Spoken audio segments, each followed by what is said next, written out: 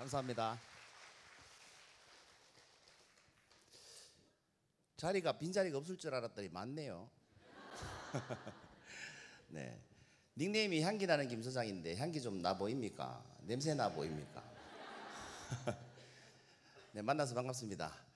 여러분 따라해 보세요. 박수는 인격이다. 제가 이 박수를 많이 받는 직업이잖아요. 그리고 박수를 자꾸 받다 보니까 박수 치는 사람들이 인격이 보이더라고. 이게 아직 아니에요. 아직 아니에요. 오버하지 마세요. 아직 아니에요. 딱 하다 보면 필이 올 때가 있어요. 필이. 그 박수를 칠 때 보면 큰 박수 부탁드립니다 이렇게 보통 얘기하시잖아요. 그럼 큰 박수를 막 치시는 분들은 사는 게 재밌는 분들이에요. 근데 막 싸우고 나오신 분들은 박수 안 쳐요. 짜증나 죽겠는데. 그렇죠? 그래서 박수를 크게 치시는 분은 현재 사는 게 재밌는 분들. 근데 이 박수 치는 것만으로 좀 성이 안 차는 분들이 있어요. 그런 분들은 막 함성을 막 지르죠. 함성을 막 질러요. 그런 분들은 주변이 잘 되는 분들이에요. 자식도 잘 되고 내가 성진도 잘 되고. 아직 아니에요. 여기 너무 반응이 심하다. 제가 자제할게요. 어디까지 얘기했어요?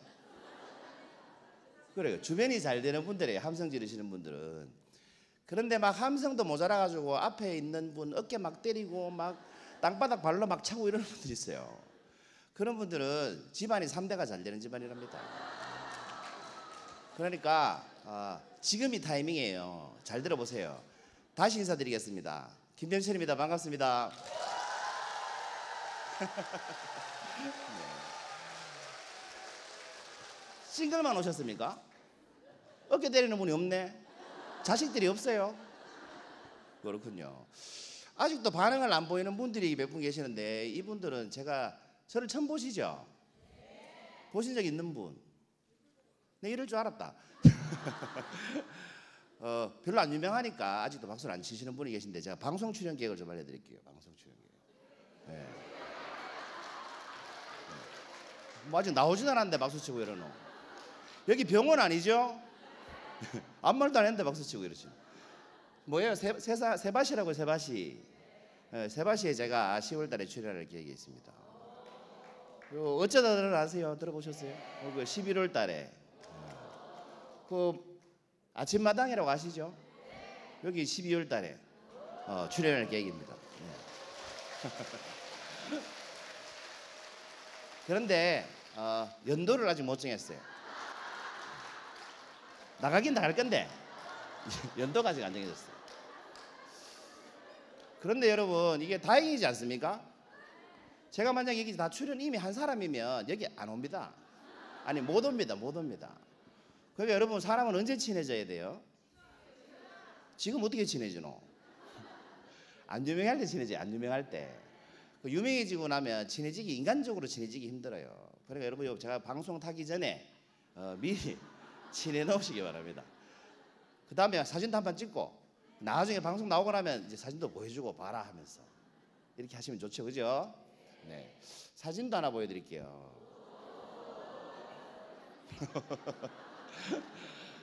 소녀들 같아. 한마디 하면 웃고.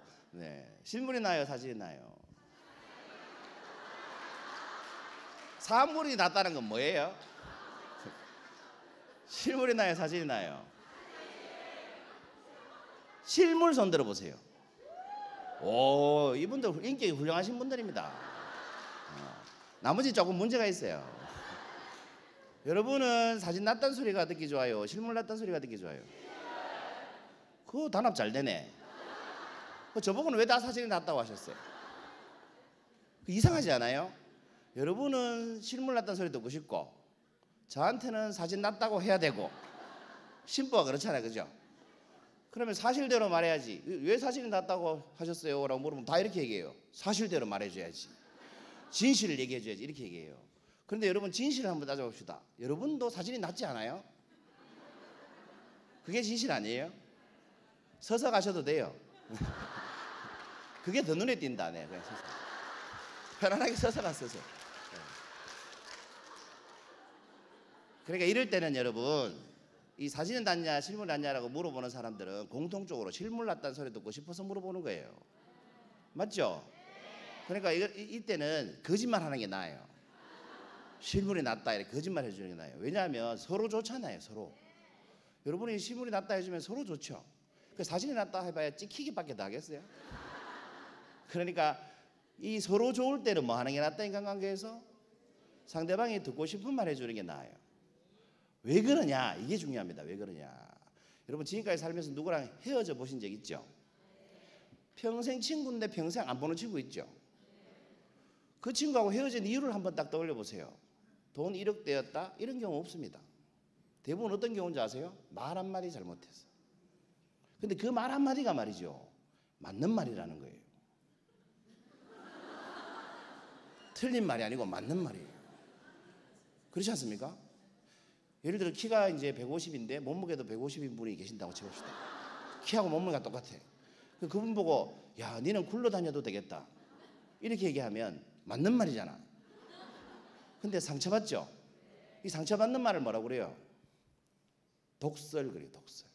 그 독설의 특징이 대부분 맞는 말이라는 거예요. 그러니까 여러분 이 맞는 말을 누구한테 많이 하십니까? 친한 사람, 안 친한 사람?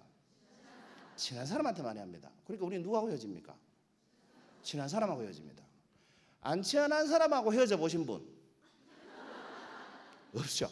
사람은 친해야 헤어질 수 있어요. 그러니까 친할수록 헤어질 확률이 높아요. 왜? 친할수록 함부로 말하거든. 편하다는 이유로. 독설이 된다는 걸 모르고 너무 솔직하게 얘기한다는 거지. 그러니까 여러분 친한 사람을 서서 가세요. 서서. 신경 쓰인다. 더 신경 쓰인다. 서서 가세요. 아예 뒤로 오든가. 네. 출구가 적으니까 제가 저쪽으로 와서 할까요? 어디까지겠어요? 친할수록 헤어질 확률이 높다. 왜? 편하다는 이유로 독설을 할 가능성이 높기 때문에. 그래서 우리가 안 헤어지고 싶으시면 말입니다, 내가 불편해하는 사람 대하듯이 친한 사람한테 대하십시오. 그러면 절대 헤어질 일이 없습니다.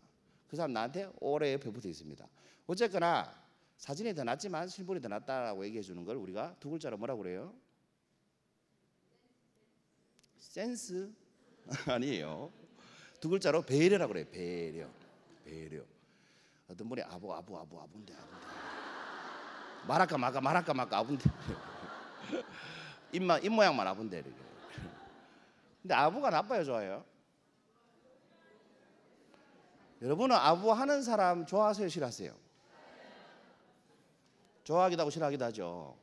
근데 다 좋아해요. 우리는 아부하는 사람 다 좋아합니다.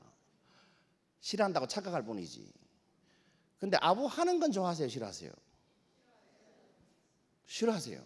그 사람이 웃기죠. 누가 자기한테 아부하는 건 좋고 내가 아부하는 건 싫고. 그렇지 않습니까? 그 아부하는 사람 좋아해요. 우리가 옷을 하나 새로 샀는데 내가 그 옷을 봐서 아무리 봐도 마음에 안 드는데 누가 나보고 옷 잘 어울린다 그러면 기분 좋아요. 그것도 옷이라고 샀냐라는 소리 들으면 기분 나쁘지. 그렇잖아요. 그 아부하는 사람 우리는 다 좋아한다니까. 그러니까 아부를 이렇게 생각하십시오. 아부는 예의다. 네. 아까 그랬죠. 상대방이 듣고 싶은 말 해주면 좋다고. 그래서 누가 자랑을 하고 싶어하면 자랑할 수 있게 이렇게 띄워주세요. 그러면 서로 좋잖아. 그 아부는 예의다 생각하시고 열심히 하세요. 근데 아부하는 것보단 배려하는 게 낫겠죠. 이왕이면. 그 배려한다는 건 사랑하는 걸까요? 좋아하는 걸까요? 어떤 마음으로 하는 걸까요? 헷갈리시죠? 우리 한 분만 손 들고 한번 얘기해 보세요. 사랑하는 거하고 좋아하는 거하고 뭐가 다릅니까? 우리 앞에 두 번째 줄에 아는 분 같은데 뭐가 다릅니까? 좋아하는 거하고 사랑하는 거하고 뭐가 다릅니까? 아무거나 주면 곤란한데. 그래, 아무거나 줄 수 있고. 그게 아무거나를 무엇이든지로 바꿉시다. 그 뜻이죠. 아무거나 주면 곤란해요. 화약 주고 막 담배 주고 이러면 곤란하지. 예.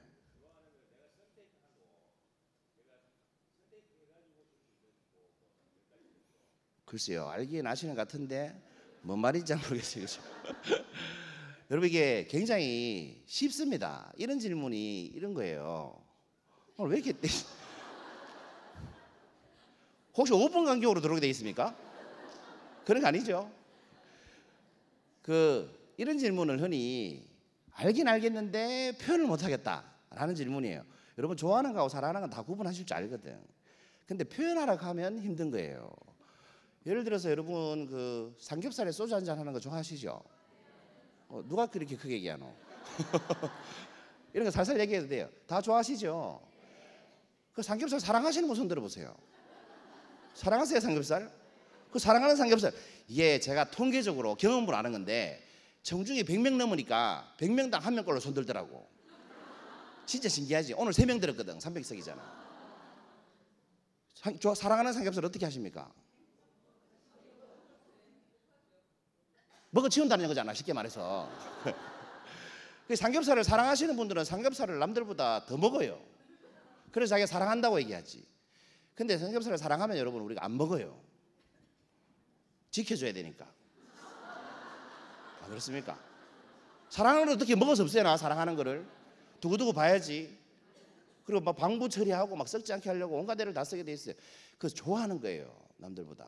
사랑하면 나를 희생시켜요. 굶어 죽어도 안 먹어요. 그렇죠? 좋아하면 나를 위해서 개를 희생시켜요. 개를 먹어 없애야 돼. 여러분 인간관계도 똑같아요. 여러분이 좋아하는 사람은 여러분한테 뭔가 도움을 주는 사람이에요. 덕이 되는 사람이고 보면 나를 즐겁게 하는 사람이에요. 그런데 그 좋아하는 사람이, 내가 좋아하던 사람이 나한테 독설 한마디만 해버리잖아요. 평생 안 봐요. 안 그렇습니까? 좋아하니까 그래요. 사랑하잖아요. 내가 사랑하는 사람이 나를 배신하고 막 가슴에 못 박는 얘기하고 이래도 그 사람 걱정을 먼저 해요. 그게 사랑하는 마음이에요. 구분되시죠? 사랑하면 중심이 어디가 있어요? 상대방한테 가 있어요. 좋아하면 나한테 있어요. 아까 표현 정말 잘하셨어요. 유예수 선생님이 사랑하는지 좋아하는지 구분하는 방법을 이렇게 얘기하셨습니다. 사랑하면 아무리 줘도 부족하대요. 더 주고 싶어서. 좋아하면 저건 언제 줄락 하노? 돌려받을 수 있겠나? 이런 생각이 들면 그건 좋아하는 거래요. 그러니까 아깝지 않으면 사랑하는 거고 계산하기 시작하면 좋아하는 거다. 그래서 여러분 이왕이면 사랑해야 행복합니다. 왜? 줘도 내가 더 행복하잖아. 좋아하면 괴롭죠. 돌아올 걸 계산해야 되니까 마음대로 안 돌아오거든. 그래서 여러분 배려하는 마음은 뭐다? 사랑하는 마음이다. 그러면 여러분 이 사랑은 어떻게 해야 제대로 하는 걸까? 제가 얘기를 하나 해드릴게요. 이 피에르 로티라는 사람이 늙은 죄수의 사랑이라는 글을 썼는데 이 주인공 늙은 죄수는 80살이에요. 그러니까 10대 때부터 80살까지 감옥을 들락날락 했어요. 감옥을 한 70평생을 감옥을 들락날락 했죠. 그러면 감옥은 익숙하죠. 그런데 뭐가 힘들까요? 감옥은 편해. 외로움이 힘든 거예요. 왜? 한 70년 감옥을 왔다 갔다 하니까 찾아오는 사람이 아무도 없어. 가족도 포기하고 친구도 포기하고 너무 외로운 거예요. 그런데 어느 날 참새 한 마리가 감옥에 날아들었습니다. 너무 반가웠겠죠. 그래서 먹던 빵 부스러기를 이렇게 좀 나눠줬습니다. 나눠주니까 이 참새가 매일 찾아오는 거예요. 그래서 이 참새 때문에 정이 뭔지를 처음 느꼈답니다. 이 죄수가. 아, 이런 게 정이구나 하는 걸 처음 느꼈대요. 그리고 참새하고 너무 행복하게 잘 지내는데 이송이 되게 됐어요. 저 섬으로. 그 섬에 있는 감옥으로 이송이 되게 된 겁니다. 참새를 데리고 가고 싶었겠죠. 그래서 그 운동하고 들어올 때마다 나뭇가지 주워다가 이렇게 초롱을 만들었어요. 좀 부실하지만 초롱을 이렇게 만들어 가지고 참새를 데리고 가려고. 그리고 이제 무인도로 이송이 되는 날 이 참새를 데리고 배에 탔죠. 근데 이제 죄수들도 많고 배가 흔들리고 그러니까 조롱을 떨어뜨려 버렸습니다. 떨어뜨리니까 참새가 어떻게 돼요? 조롱이 깨지고 참새는 날아가면 되잖아요. 근데 이 참새가 조금 날더니 더 이상 못 날고 바다에 떨어져 가지고 호적되다가 죽더랍니다. 왜 그랬을까요? 원래 잘 날던 참새인데. 이 죄수가 참새를 잃어버릴까 봐, 도망갈까 봐 꼬리 날개를 잘라놓은 거예요. 그래서 이 참새가 바다에 떨어져서 죽었습니다. 우리는 이렇게 하는 걸 사랑이라고 착각한다는 거예요. 그렇지 않습니까? 그 법륜스님의 그 증문즉설인가? 그거 듣다 보니까 어떤 청년이 나와서 이렇게 얘기하대요. 저는 엄마를 싫어합니다. 왜 싫어합니까? 군대 가기 전까지는 엄마가 다 알아서 해줬습니다. 과 선택도 엄마가 해주고 원서도 엄마가 놓고 수강 신청도 엄마가 하고. 엄마가 가라는 학교에, 엄마가 가라는 과에 갔대요. 너무 사는 게 편했대요. 군대 갔더니 고문관 소리 듣죠. 그럼 고문관 뭔지 아시죠? 혼자 할 줄 아는 게 하나도 없으니까 군생활 2년이 너무 힘든 거예요. 그래 군대에서 생각해봤대. 생각해보니까 엄마 때문이다. 엄마가 나를 수술할 수 있는 걸 하나도 할 수 없게 만들었다. 그렇게 키웠기 때문에 엄마가 싫습니다. 이렇게 얘기하더라고. 엄마가 뭘 잘라놓은 거예요?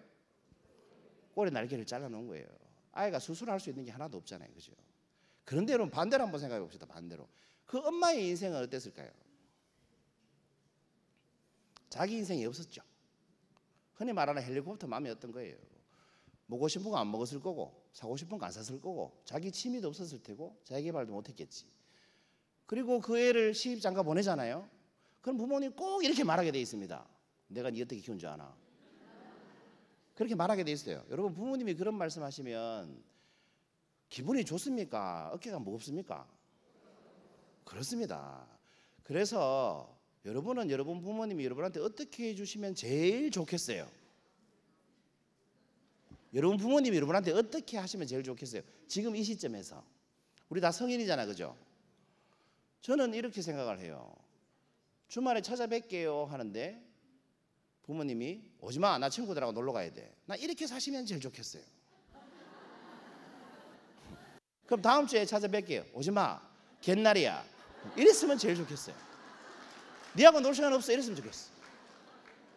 그럼 건강하시다는 뜻이고 시간이 있다는 뜻이고 여유된다는 뜻이잖아. 저는 그렇게 사시면 제일 좋겠어요. 나한테 아무것도 안 해줘도 되니까 그렇게 사시면 제일 좋겠어요. 동의하십니까? 네. 훌륭하십니다. 인격들이. 그러면 우리가 자식한테 제일 잘해주는 방법은 뭐예요? 우리가 그렇게 사는 거예요. 우리가 그렇게 사는 거예요. 우리가 그렇게 살아주면 자식이 제일 고마워해요. 그렇지 않습니까?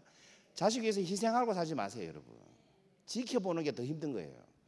여러분, 저도 부모지만 자식이 힘들 때 대신 힘들어하는 게 제일 쉬운 사랑법인 것 같아요. 근데 그걸 힘들지만 힘든 걸 지켜보고 있는 게 더 힘든 것 같아요. 부모 입장에서는. 그렇지 않습니까? 그 나이 들고 철들면 압니다. 그때 부모님이 나를 지켜봤기 때문에 내가 이렇게 생활력도 강하고 자립심도 있고 이렇다는 걸 나이 들만 알게 됩니다. 그러니까 그렇게 하는 게 제일 좋은 거예요. 그러니까 여러분 이 시간 이후부터는 사랑한다는 핑계로 희생하고 살지 마세요. 잘못하면 꼬리 날개 자르는 효과가 난다. 그러니까 나를 위해서 하십시오, 여러분. 여러분이 행복하면 다 행복합니다. 여러분 사회생활 하시는 여성분들 손 들어보세요. 많네요. 근데 직장 안 가고 왜 여기 계신데? 보세요.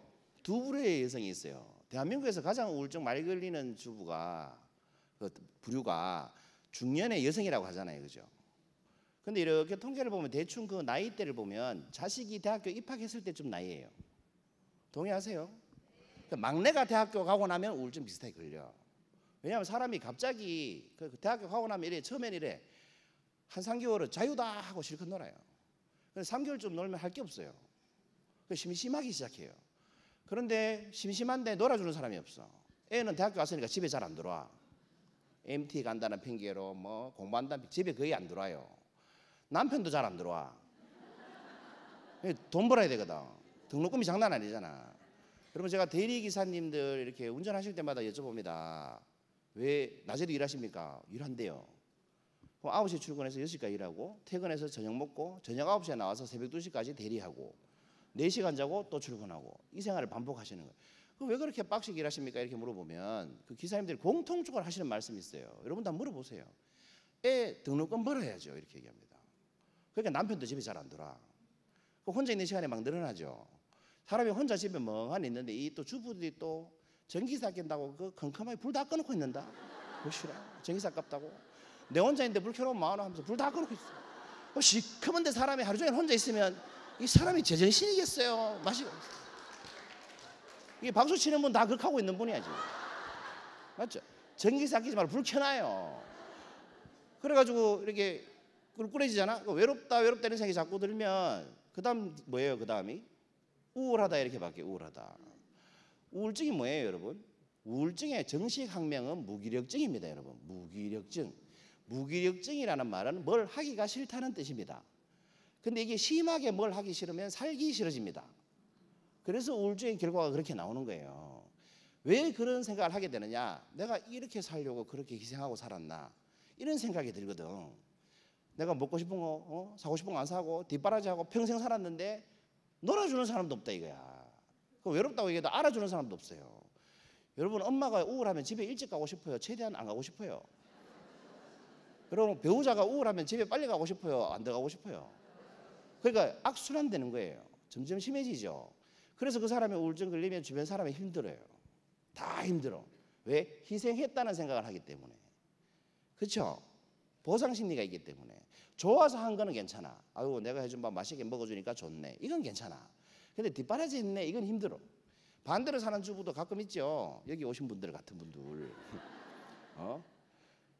이 회사에서 막 그 직장 계속 다녀 일단. 그리고 회사에서 회식하잖아. 꼭 3차 찍어.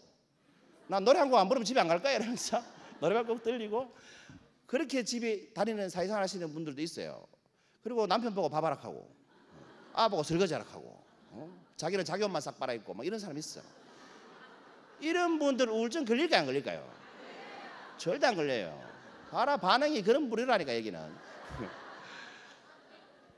절대 우울증 안 걸려요. 누가 우울증 걸릴까? 남편이 우울증은 남편이. 근데 우리 여성들은 또 남성들보다 이 공감하는 지능이 굉장히 발달해가지고 남편이 우울증 걸릴랑 말랑 하면 금방 알아요. 남자들은 모르는데 여성들은 다 알아. 우울증 걸릴만 하면 남자들이 제일 좋아하는 걸 하나 사줘. 경제력이 되니까. 그게 뭔 것 같아요? 차를 소나타에서 그랜저로 바꿔준다. 그러면 이 남자 우울증이 갑자기 싹 사라집니다. 세상에 이렇게 행복할 수가 없어. 그리고 그 그랜저 몰고 와이프 그 노래방 끝날 때까지 대기한다. 외조의 왕이 되기로 했다 이러면서. 이 집안은 편해요. 그래, 와이프가 일찍 오는 날 다 모여 온 가족이. 그날 아니면 엄마 얼굴을 못 보니까 용돈도 받아야 되고 뭐 할 거 많잖아, 그죠? 이런 집이 행복한 거야. 무슨 말인지 아시겠죠? 여러분, 지금 이 순간부터 나를 위해서 하세요. 나를 위해서. 이걸 이제 전문용어로 이기적인 행복주의자 이렇게 얘기합니다. 거꾸로 말했네요. 행복한 이기주의자 이렇게. 행복한 이기주의자가 되세요. 아시겠죠? 네. 사랑은 그렇게 하는 거다. 이 스토리를 보고 제가 이 시가 떠올랐어요. 한번 읽어봅시다. 시작.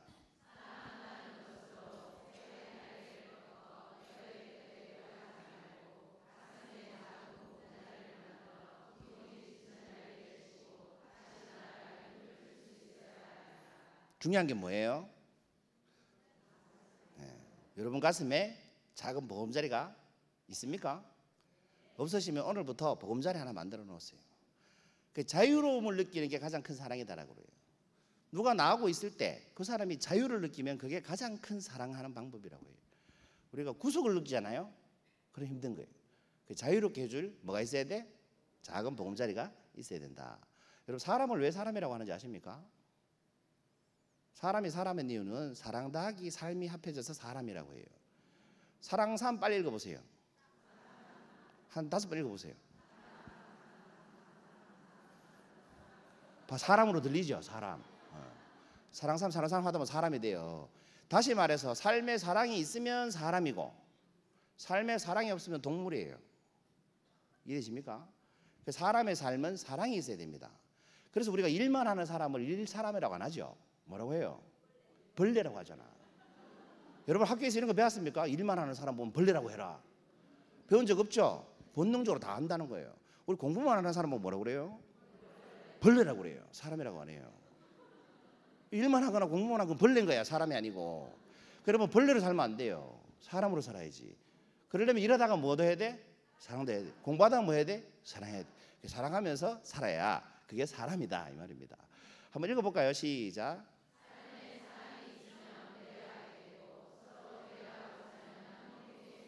그래서 오늘 강의도 서로 배려하는 마음으로 한번 해봅시다. 저는 혼자 얘기하는 거 별로 안 좋아하고 이렇게 우리 대화하듯이 지금 강의하고 있잖아요, 그죠?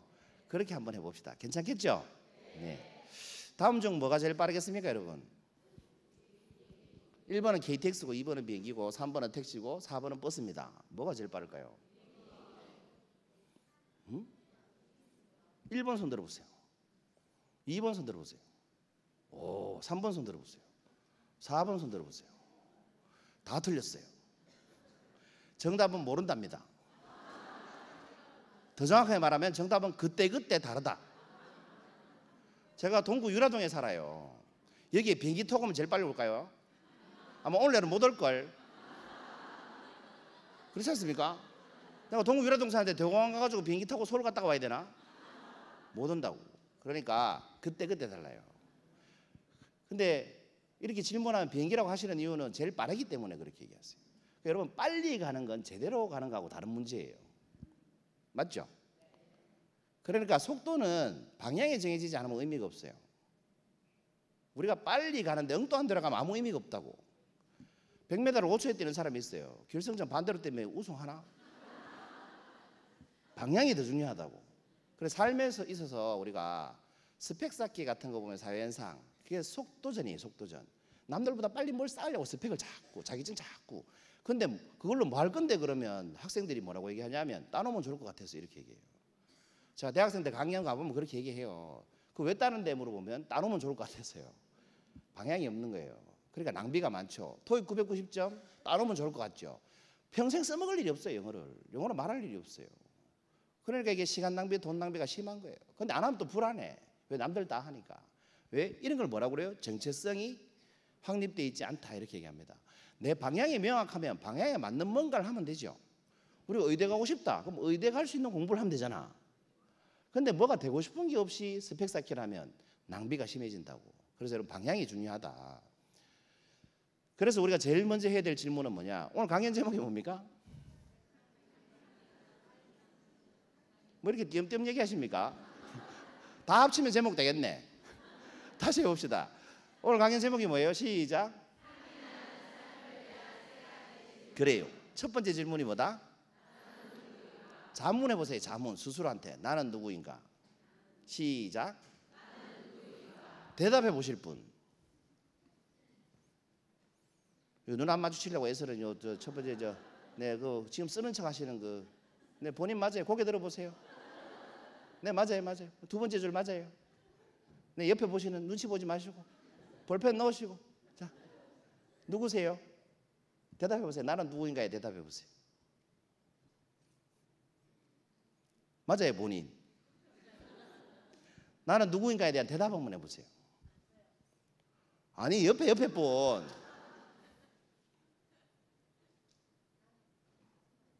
나는 아줌마다. 또 이 줄에서 대표로 누가 한번 해보세요. 한 줄에 한 라인에 한 분씩만 해봅시다. 우리 가운데 분. 나는 누구세요? 아니, 가운데 분. 모르겠다. 자, 이 줄에서 누가 할까요? 이 줄에서는 우리 저 중간에 제가 아는 분 있어요. 저를 아는 분 있죠? 그분이 한번 대답해 보세요. 이 줄 남자 끝에서 다섯 번째. 네, 본인 맞습니다. 네. 대답해 보세요. 아니요, 그 앞에 분. 그 앞에 덩치 크신 분 있잖아요. 그 앞에 분. 네. 나는 누구세요?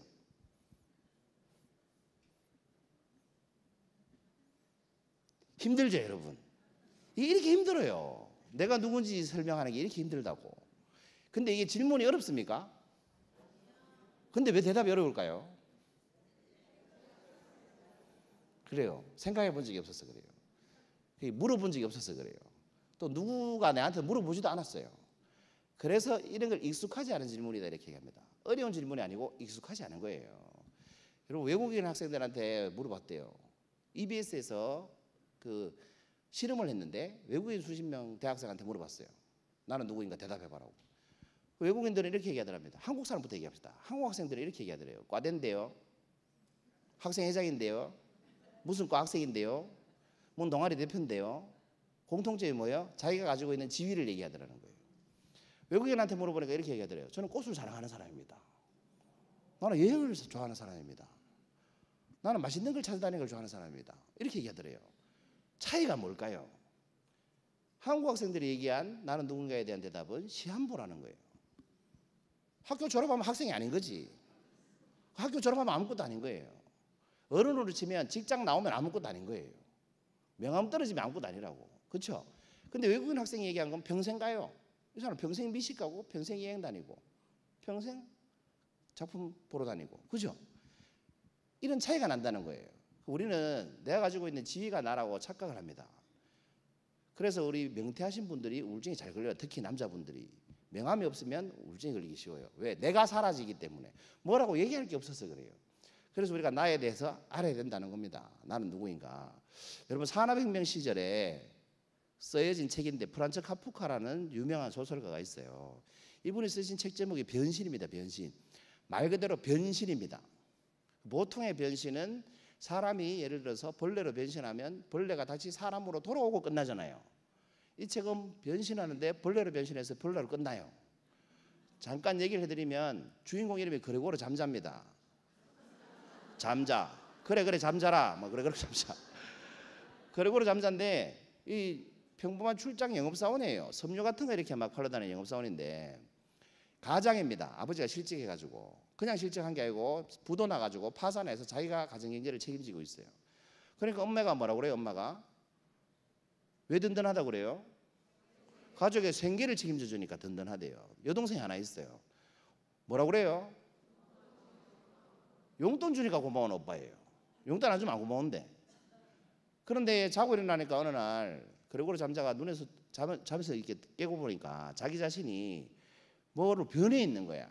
이게 개슴츠레하게 눈 뜨면 이렇게 보이잖아요. 그 눈을 크게 떠 보니까 자기가 징그러운 바퀴벌레로 변해 있는 거예요. 쉽게 말해서 사람만한 바퀴벌레로 변신해 있더라 이렇게 생각하시면 돼요. 근데 말은 할 수 있어요. 근데 성대가 사람 성대가 아니니까 바퀴벌레 목소리로 말을 할 수 있는 거지. 어쨌거나 인격은 난데 몸이 바퀴벌레로 변신해 있어요. 그래서 이 소설 제목이 변신이에요. 왜 변신했는지 몰라. 그냥 변신했어요. 그러면 제일 먼저 드는 생각이 여러분 같은 건 뭐겠습니까? 내가 눈 떠보니까 내가 바퀴벌레로 변했어. 그럼 여러분 제일 먼저 드는 생각이 뭘 것 같아요? 여러분은 제일 먼저 드는 생각이 이거예요. 기차 놓치면 안 되는데. 매일 새벽 5시쯤에 일어나가지고 7시 반 기차를 타고 출장을 가는데 그 기차를 놓칠까 봐 제일 먼저 걱정했다는 거예요. 이 사람이 사람으로 살았어요? 벌레로 살았어요? 벌레로 산 거예요. 그래서 벌레로 변신했을지도 모르죠. 어쨌거나 제일 먼저 든 생각이 기차 놓치면 안 되는데 그 다음 든 생각이 가족들이 나를 알아봐 줄까 라는 생각이에요. 그 방에서 기차 시간 됐는데 못 나오잖아. 그러니까 직장 상사가 집으로 찾아왔어. 문 두드리고 문 열어봐라 하고 엄마도 문 열어봐라 하고 그래서 간신히 이제 용기를 내가지고 문을 열어줬습니다. 문을 열어주니까 어떻게 되겠어요? 직장 상사는 도망가고 엄마는 기절하고 난리도 아닌 거죠. 근데 간신히 제가 뭐 할 수 있다고 그랬어요? 말은 할 수 있었어요. 그래서 그레고르 잠자만 할 수 있는 말이잖아.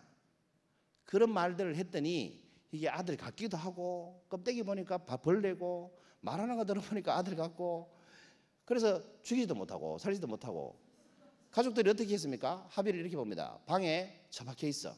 나오지 말고. 그래놓고 방에다가 이제 먹을 것만 넣어주고 청소 전혀 안 해주고 그 진물 같은 거 막 나오잖아요. 그 쓰레기 같은 환경에서 그냥 목숨만 부지하고 살게 됩니다. 그러다가 어느 날 바이올린 소리를 듣게 돼요. 잠자가 이제 생계 활동을 못하게 되니까 어떻게 됩니까? 누군가 돈을 벌어야 되잖아요. 그래서 아버지가 경비원을 취직해요. 그리고 하숙을 치기 시작했어요. 하숙 치는데 그 하숙생들이 이제 바이올린 연주하는 걸 들은 거지. 이 여동생이. 근데 이 오빠는 처음 들어봤어. 잠자는. 왜? 학원비만 대주고 새벽에 나갔다가 밤늦게 오니까 바이올린 연주를 들어볼 일이 없는 거예요. 처음으로 들은 거예요. 바퀴벌레로 변신한 다음에. 그 소리가 너무 아름다워가지고 자기도 모르게 방문 열고 이렇게 내다봤어요. 내다보는데 하숙생들이 자기를 본 거야. 기겁을 하고 도망갔겠죠. 하숙생들이 다 떨어져 나간 거예요. 그랬더니 여동생이 이렇게 얘기합니다. 한번 읽어보세요. 시작.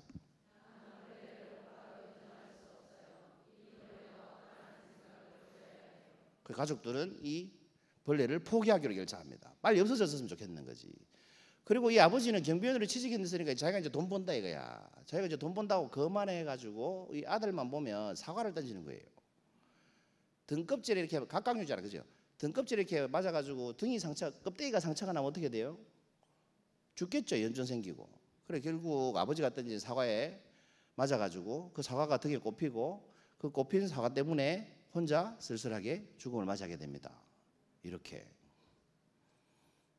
그러면 가족들이 어떻게 해야 될까요, 여러분? 그래도 가족인데 좀 슬퍼해야 될 것 같잖아요. 죽고 나자 가족들이 이렇게 기도를 합니다. 하나님께 감사의 기도를 드리자. 왜? 벌레 가족이라는 오명에서 벗어났으니까. 그리고 기념으로 우리 놀러 가자 하고 여행 떠납니다. 이렇게 여행 떠나는 걸로 끝이 납니다. 이 스토리가. 기분이 어떠세요? 자, 다시 한번 질문해 봅시다. 나는 누구인가? 자문을 해보시면 내가 혹시 일만 하는 잠자처럼 살고 있지는 않은가? 아니면 혹시 내가 우리 배우자를 잠자처럼 취급하고 있지는 않은가? 이런 질문을 해봐야 됩니다, 여러분. 그렇죠? 그러니까 여러분, 나는 누구인가라는 질문은 굉장히 중요합니다.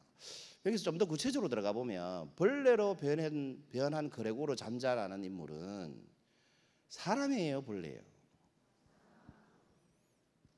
사람이에요? 사람인 것 같아요, 벌레인 것 같아요? 여러분 친구가 어느 날 바퀴벌레로 변하고 친구만 할 수 있는 말 하면 사람 대화할 수 있어요? 헷갈리시죠? 벌레 같기도 하고 사람 같기도 하고. 또 반대로 생각해 봅시다. 내가 인격은 그대로인데 몸이 벌레로 변했으면 내가 사람같이 살 수 있을까요? 그렇다고 벌레로 살 수 있습니까? 벌레가 아닌데 인격이. 그렇죠. 근데 분명한 건 한 가지는 분명해요. 힌트를 먼저 드릴게요. 여러분 읽어볼까요? 시작. 이게 무슨 말이냐 하면 이 마이크를 제가 들고 있죠. 이 마이크는 우리 목소리를 크게 하려고 만들어진 거죠. 그게 볼륨을 높이는 목적으로 만들어진 사물이에요. 모든 사물은 목적이 있어야 만들어지죠. 이 데스크는 뭘 올려놓으려고 만들었죠. 올려놓으려는 목적이 없으면 안 만들었겠지, 이 말입니다. 모든 사물은 목적이 있어야 탄생한다는 거예요. 그렇죠? 이게 기능적 존재로서의 본질이다 이렇게 얘기합니다. 철학적으로 표현하면 무슨 기능하려고 만들어졌다 이 말이지. 근데 인간은 어때요? 이렇게 태어나신 분 있습니까? 나는 목적을 갖고 세상에 태어났다. 나는 변호사가 되려고 태어났다. 나는 강사가 되려고 태어났다. 이런 분 계십니까? 안 계시죠? 인간만 유일하게 목적 없이 태어났다는 거죠. 다시 말해서 이 인간은 뭐가 될지 몰라요. 사물은 뭐가 되려고 만들어졌지만 인간은 뭐가 될지 모르게 태어났다는 거지, 애초에. 그러니까 이 인간을 가지고 뭘가 되게 키우려고 하면 안 된다는 거지. 그러니까 마음대로 안 되는 거예요. 뭐가 될지 모르는데 뭐가 자꾸 되라고 하니까 그렇게 될 수가 없는 거예요. 그래서 이걸 철학적으로 표현하면 모든 인간은 뭐예요? 실존이 본질에 우선한다 이 말입니다. 본질이라는 것은 기능적 존재를 의미하는 거고, 실존이라는 건 존재 자체가 가치 있다라는 걸 의미합니다. 그 존재만으로 가치가 있다는 거죠. 여러분 따라해보세요. 나는 존재만으로 가치 있는 사람이야. 이렇게 느끼고 사십니까? 이렇게 느끼고 사는 걸 우리가 뭐라고 하느냐? 자존감이 높다 이렇게 얘기합니다. 나는 필요 없는 사람이야. 자존감이 낮다 이렇게 얘기합니다. 그러니까 우리는 존재만으로 가치 있다 이 말이에요. 기능이 별로 없어도 존재만으로 가치 있다 이 말입니다. 이걸 꼭 느끼고 살아야 돼요. 여러분 세상에서 가장 존재만으로 가치 있는 존재가 어떤 사람이에요? 엄마예요, 엄마. 아빠는 아니야. 엄마는 존재만으로도 가치가 있어요. 그 엄마가 있다는 것만으로 너무 좋아. 그렇지 않습니까? 그래요. 그래서 내가 소중한지 안 소중한지는 이렇게 생각해 보면 금방 알 수 있습니다. 여러분 당장 돌아가시면, 집에 말고 저 하늘로 돌아가시면 주변에 슬퍼할 사람이 한 명이라도 있어요, 없어요? 있어요. 그러니까 나는 존재할 가치가 있는 거예요. 내가 존재함으로써 슬퍼할 사람이, 기뻐할 사람이 있으니까. 이해되시죠? 그래서 절대 자존감을 내려놓으면 안 돼요. 어쨌든 모든 인간은 실존이 본질에 우선한다. 누가 했는 말입니까? 그 유명한 장폴 샤르트르라는 사람이 했는 말입니다. 그 샤르트르가 했는 말 중에 또 유명한 말이 있죠. 인생은 B와 D 사이의 C다. 이게 샤르트르가 한 말인데, B는 뭐의 약자입니까? 벌스. D는 그렇죠, 데스. C는 그 초이스. 여기서 C가 뭘 의미할까요? 인생은 삶과 죽음 사이의 선택이다. 여기서 말하는 선택이 뭘까요? 이런 뜻이에요. 실존의 주체로 살 것이냐, 현실의 노예로 살 거냐, 환경의 노예로 살 거냐. 달리 말해서 사물로 살 거냐, 아니면 실존주의자로 살 거냐 이 말이에요. 그 존재 자체가 우선인 사람으로 살 거냐 이 말이에요. 그 인생을 주체적으로 살 거냐, 노예로 살 거냐 이 말입니다. 여러분 여기서 하나 질문해 보죠. 노예란 시키는 일만 열심히 하는 사람이다. 맞는 말입니까? 틀린 말입니까? 노예란 시키는 일만 열심히 하는 사람이다. 맞아요? 틀려요? 맞다고 착각하시는 거예요. 여러분 노예는 시키는 일도 최대한 적게 하려고 해요. 내게 없잖아.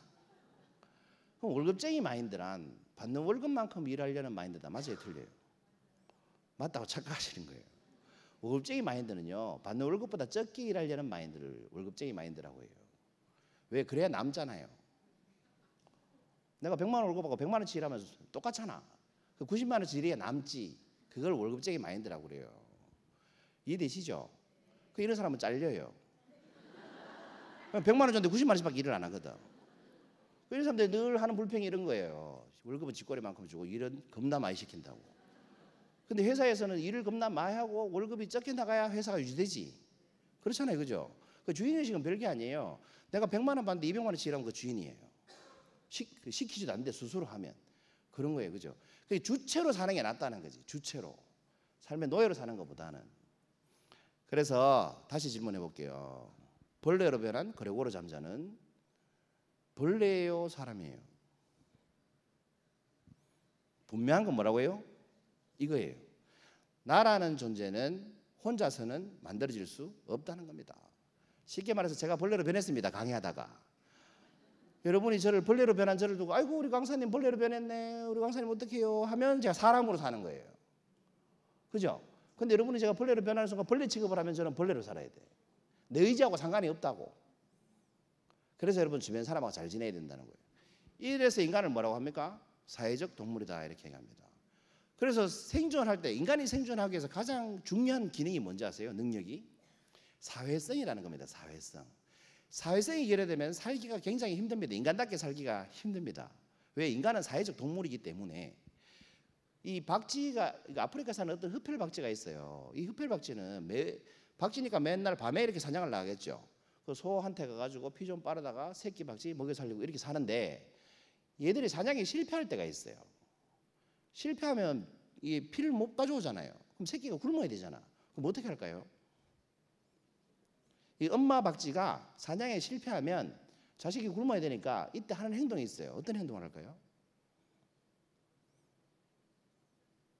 보통 이렇게 얘기하시던데 내 피 빨아가지고 대한민국 엄마만 그렇게 대답한대요. 내 피를 내가지고 자식이 이렇게 얘기하셔야죠. 대한민국 엄마만 그렇게 얘기한대요. 근데 이 흡혈박쥐는 그렇게 안 하고 옆집 엄마한테 빌려온대. 사냥에 성공했네 옆집 엄마한테. 그거 빌려가지고 다음에 또 자기가 성공하고 옆집이 실패하면 자기가 빌려주고. 그래서 조사를 해보니까 생물학자들이 요렇게 사회성이 높은 박쥐 빌려주고 피 빌려받고 하는 피거래를 하는 박쥐는 피거래를 하는 박쥐는 평균 4년 더 산대요. 피거래 못하는 박쥐보다. 그 사회성이라는 건 뭐예요? 생존 본능이라는 거지. 여러분 손가락 다치면 어디가 아파요? 손가락이 아프다고 생각하시죠? 손가락은 안 아파요. 이 전두엽이 아프다고 느끼는 거지. 우리가 아프다라고 느끼는 전두엽이에요. 전두엽. 이마. 여기 있는 내가 아프다라고 느껴요. 그래서 네 지금 손가락 부위가 아프다라고 야가 느끼는 거지. 야가 아픈 게 아니에요. 이해되시죠?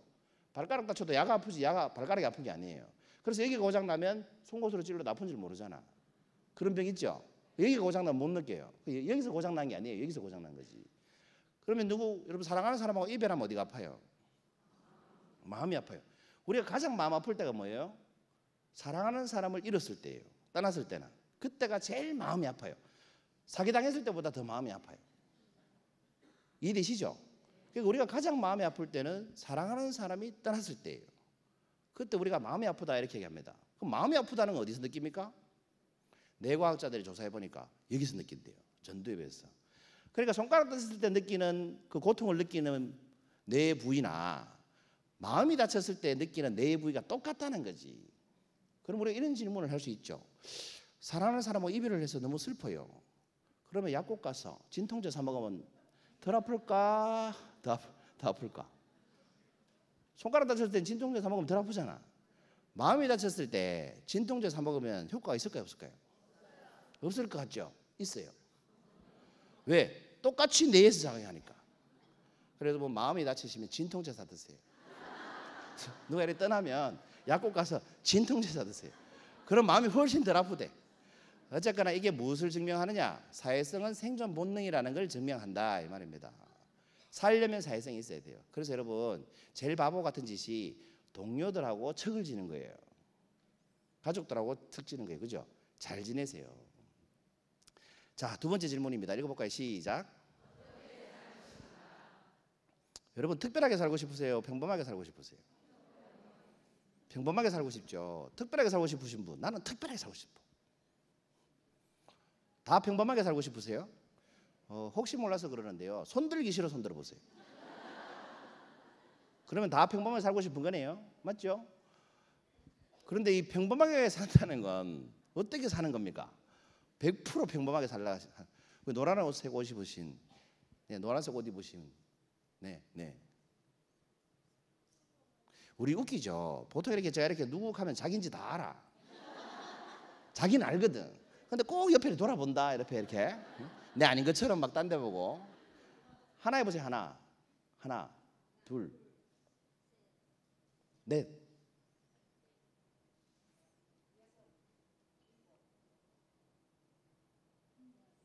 좀 크게 얘기하셔도 돼요.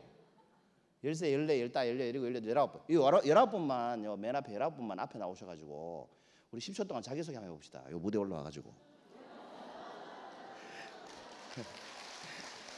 진짜 할 건 아니고 제가 이렇게 얘기한다면 우리 1번 긴장하셨죠? 분위기가 조졌다 이런 분이 1번 분이 무대 올라가지고 자기소개하면 2번부터 19번은 뭐 하실 것 같아요? 일단 1번 분 하는 말 들어요 안 들어요? 안 들어요. 전부 자기소개할 준비한다. 19번이 무대 올라오잖아요. 그럼 1번부터 18번은 다 했잖아. 그러니까 잘 들을 것 같죠?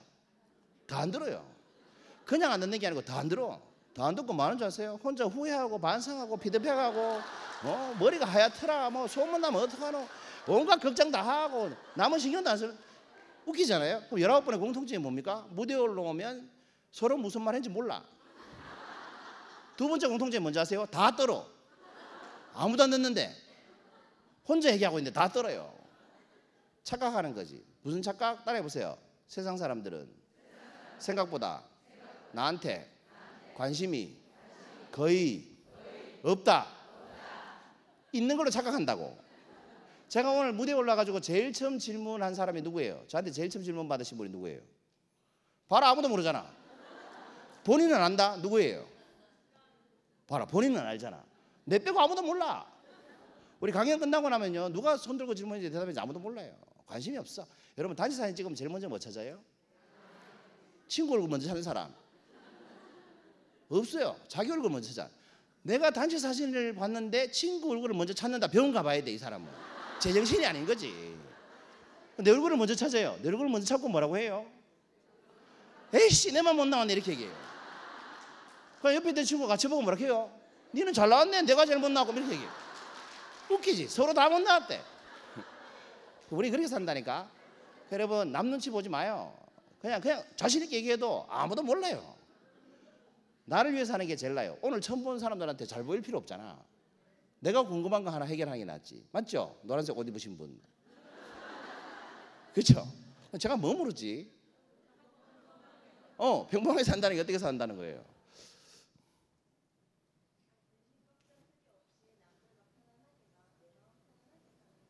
남들과 내 마음 편안하게. 그래요. 뒤에 계신 빨간 옷 입으신 분. 절로 갈 줄 알았는데. 묻어가지 마시고 그 똑같은 생각을 말로 표현해 보세요.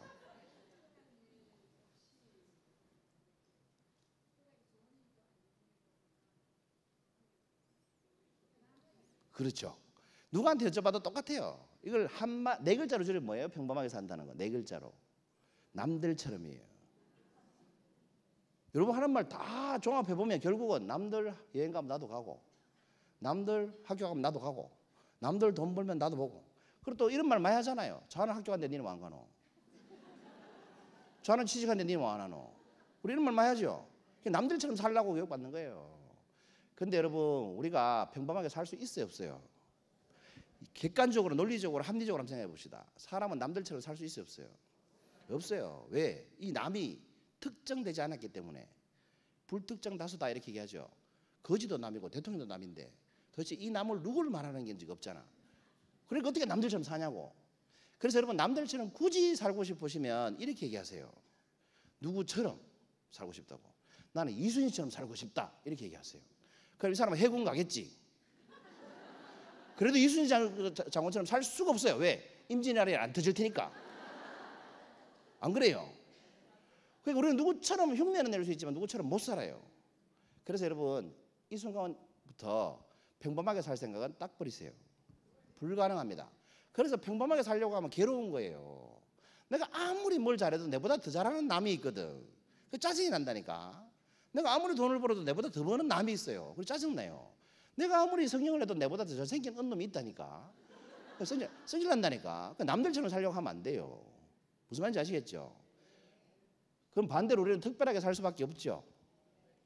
그럼 특별하다는 건 두 종류예요. 온리온이거나 최고거나. 맞죠? 최고일 때 저 사람 특별하다, 유일할 때 특별하다 이런 얘기 하잖아요. 그러면 우리는 태어나자마자 특별한 존재로 태어났습니까? 아닙니까? 온리온으로 태어났잖아. 그러니까 여러분 베스트 오브 베스트가 되는 것보다는 온리온이 되는 게 쉬워요. 그냥 태어나면 되니까. 여러분 세상에 나하고 똑같이 생긴 사람이 한 명도 없죠. 하물며 똑같은 인격이 있겠어요? 없어요. 그러니까 우리는 태어날 때 특별하게 태어난 거예요. 그런데 왜 여러분 평범하게 살려고 할까요? 다 평범하게 살고 싶대잖아. 불가능한 걸. 그게 교육이라는 거예요. 교육을 그렇게 받았거든. 남들처럼 살라고 교육받았잖아. 자가 공부 잘하니까 니도 잘해야 되고, 자가 운동 잘하니까 니도 잘해야 되고. 남들처럼 백날 살아봐야 남들처럼 안 돼요. 특별하게 사는 게 제일 나아요. 그죠? 왜? 내가 유일하게 태어났으니까. 그럼 여기서 또 질문을 해야 되지 우리가. 특별하게 사는 건 어떻게 사는 거냐? 나답게 사는 거라는 거지. 왜? 나밖에 없으니까 나답게 살면 유일해지잖아. 그죠? 근데 내가 나밖에 없는데 남들처럼 살려니까 특별할 수가 없잖아요. 이해되시죠? 그럼 여기 또 질문해 봐야지. 나답게 사는 건 어떻게 사는 거예요? 이걸 이제 셀프 퀘스천을 하시고 스스로 답을 찾아야 돼. 나답게 사는 건 나만 알 수 있으니까. 남이 찾아줄 수가 없어요.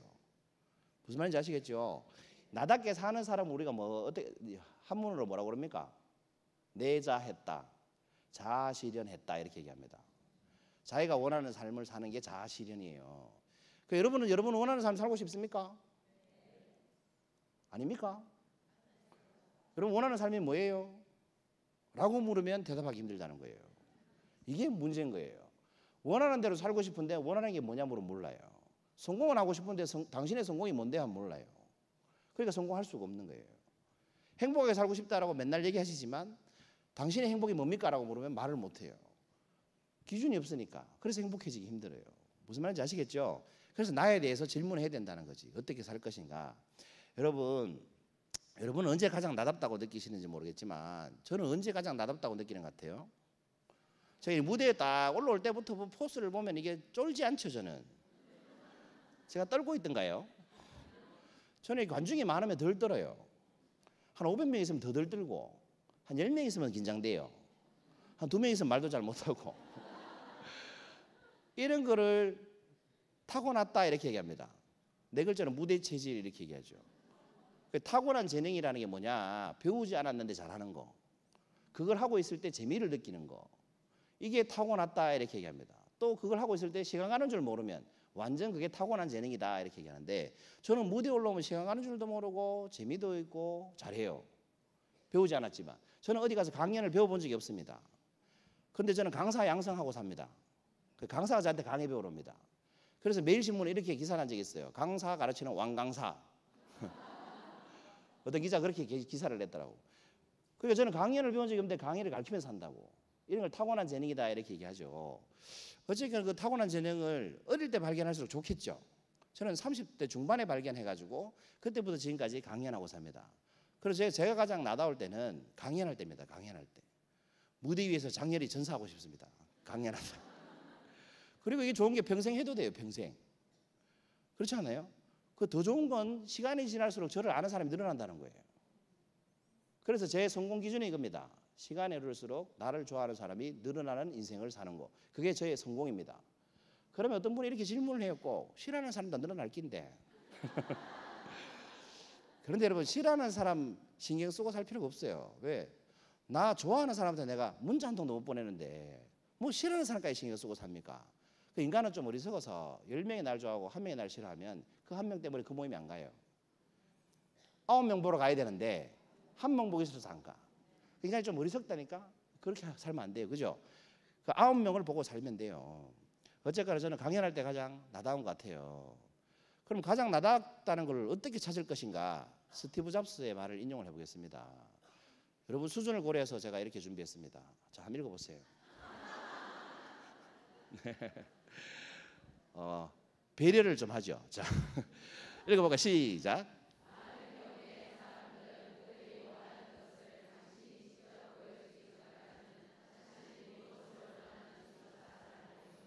너무 거만하지 않아요? 이게 무슨 말이냐면 다른 사람들은 자기가 원하는 게 뭔지도 몰라. 근데 내가 찾아주면 알아. 나는 다른 사람 것까지 다 알아. 이 말이에요. 그래서 스티브 잡스가 애플 컴퓨터를 처음 만들 때 있잖아요. 애플을 처음 만들 때 그 윈도우 그 화면을 처음 만들 때 이걸 누가 사니? 그랬더니 스티브 잡스가 이렇게 얘기했어요. 내가 만들면 사. 여러분 그 스마트폰은 전화기예요, 컴퓨터예요? 뭐예요? 다 들고 계시죠, 다. 100% 들고 계시죠? 전화기예요, 컴퓨터예요? 스마트폰은 둘 다 아니에요. 스마트폰이지. 스마트폰이라고 하잖아. 전화기라고도 안 하고 컴퓨터라고도 안 해요. 스마트폰이라고 해요. 그걸 누가 만들었어요? 스티브 잡스가 만들었어요. 사람들이 아무도 만들어 달라고 하지 않았어요. 그냥 스티브 잡스가 만들었더니 사람들이 다 써. 전 지구인이. 이런 식으로 상품 개발을 한다는 거지, 잡스는. 그러니까 앞서 나갈 수밖에 없는 거예요. 필요한 걸 조사해가 만드는 게 아니고 필요할 것 같은 걸 만들어가 필요하게 만드는 거예요. 그래서 우리가 전화기 없을 때는 안 불편했는데 이따가 없으니까 불편하잖아. 이따가 없으면 불편하거든. 그런 일을 했다는 거죠. 그러니까 많은 경우에 사람들은 자기가 원하는 게 뭔지도 모르지만 이 사람은 거만하게 나는 내 거는 당연히 알고 사람들 것까지 내가 안다 이렇게 얘기한 겁니다. 그러면 마음을 어떻게 찾을 것이냐 한번 읽어봅시다. 시작.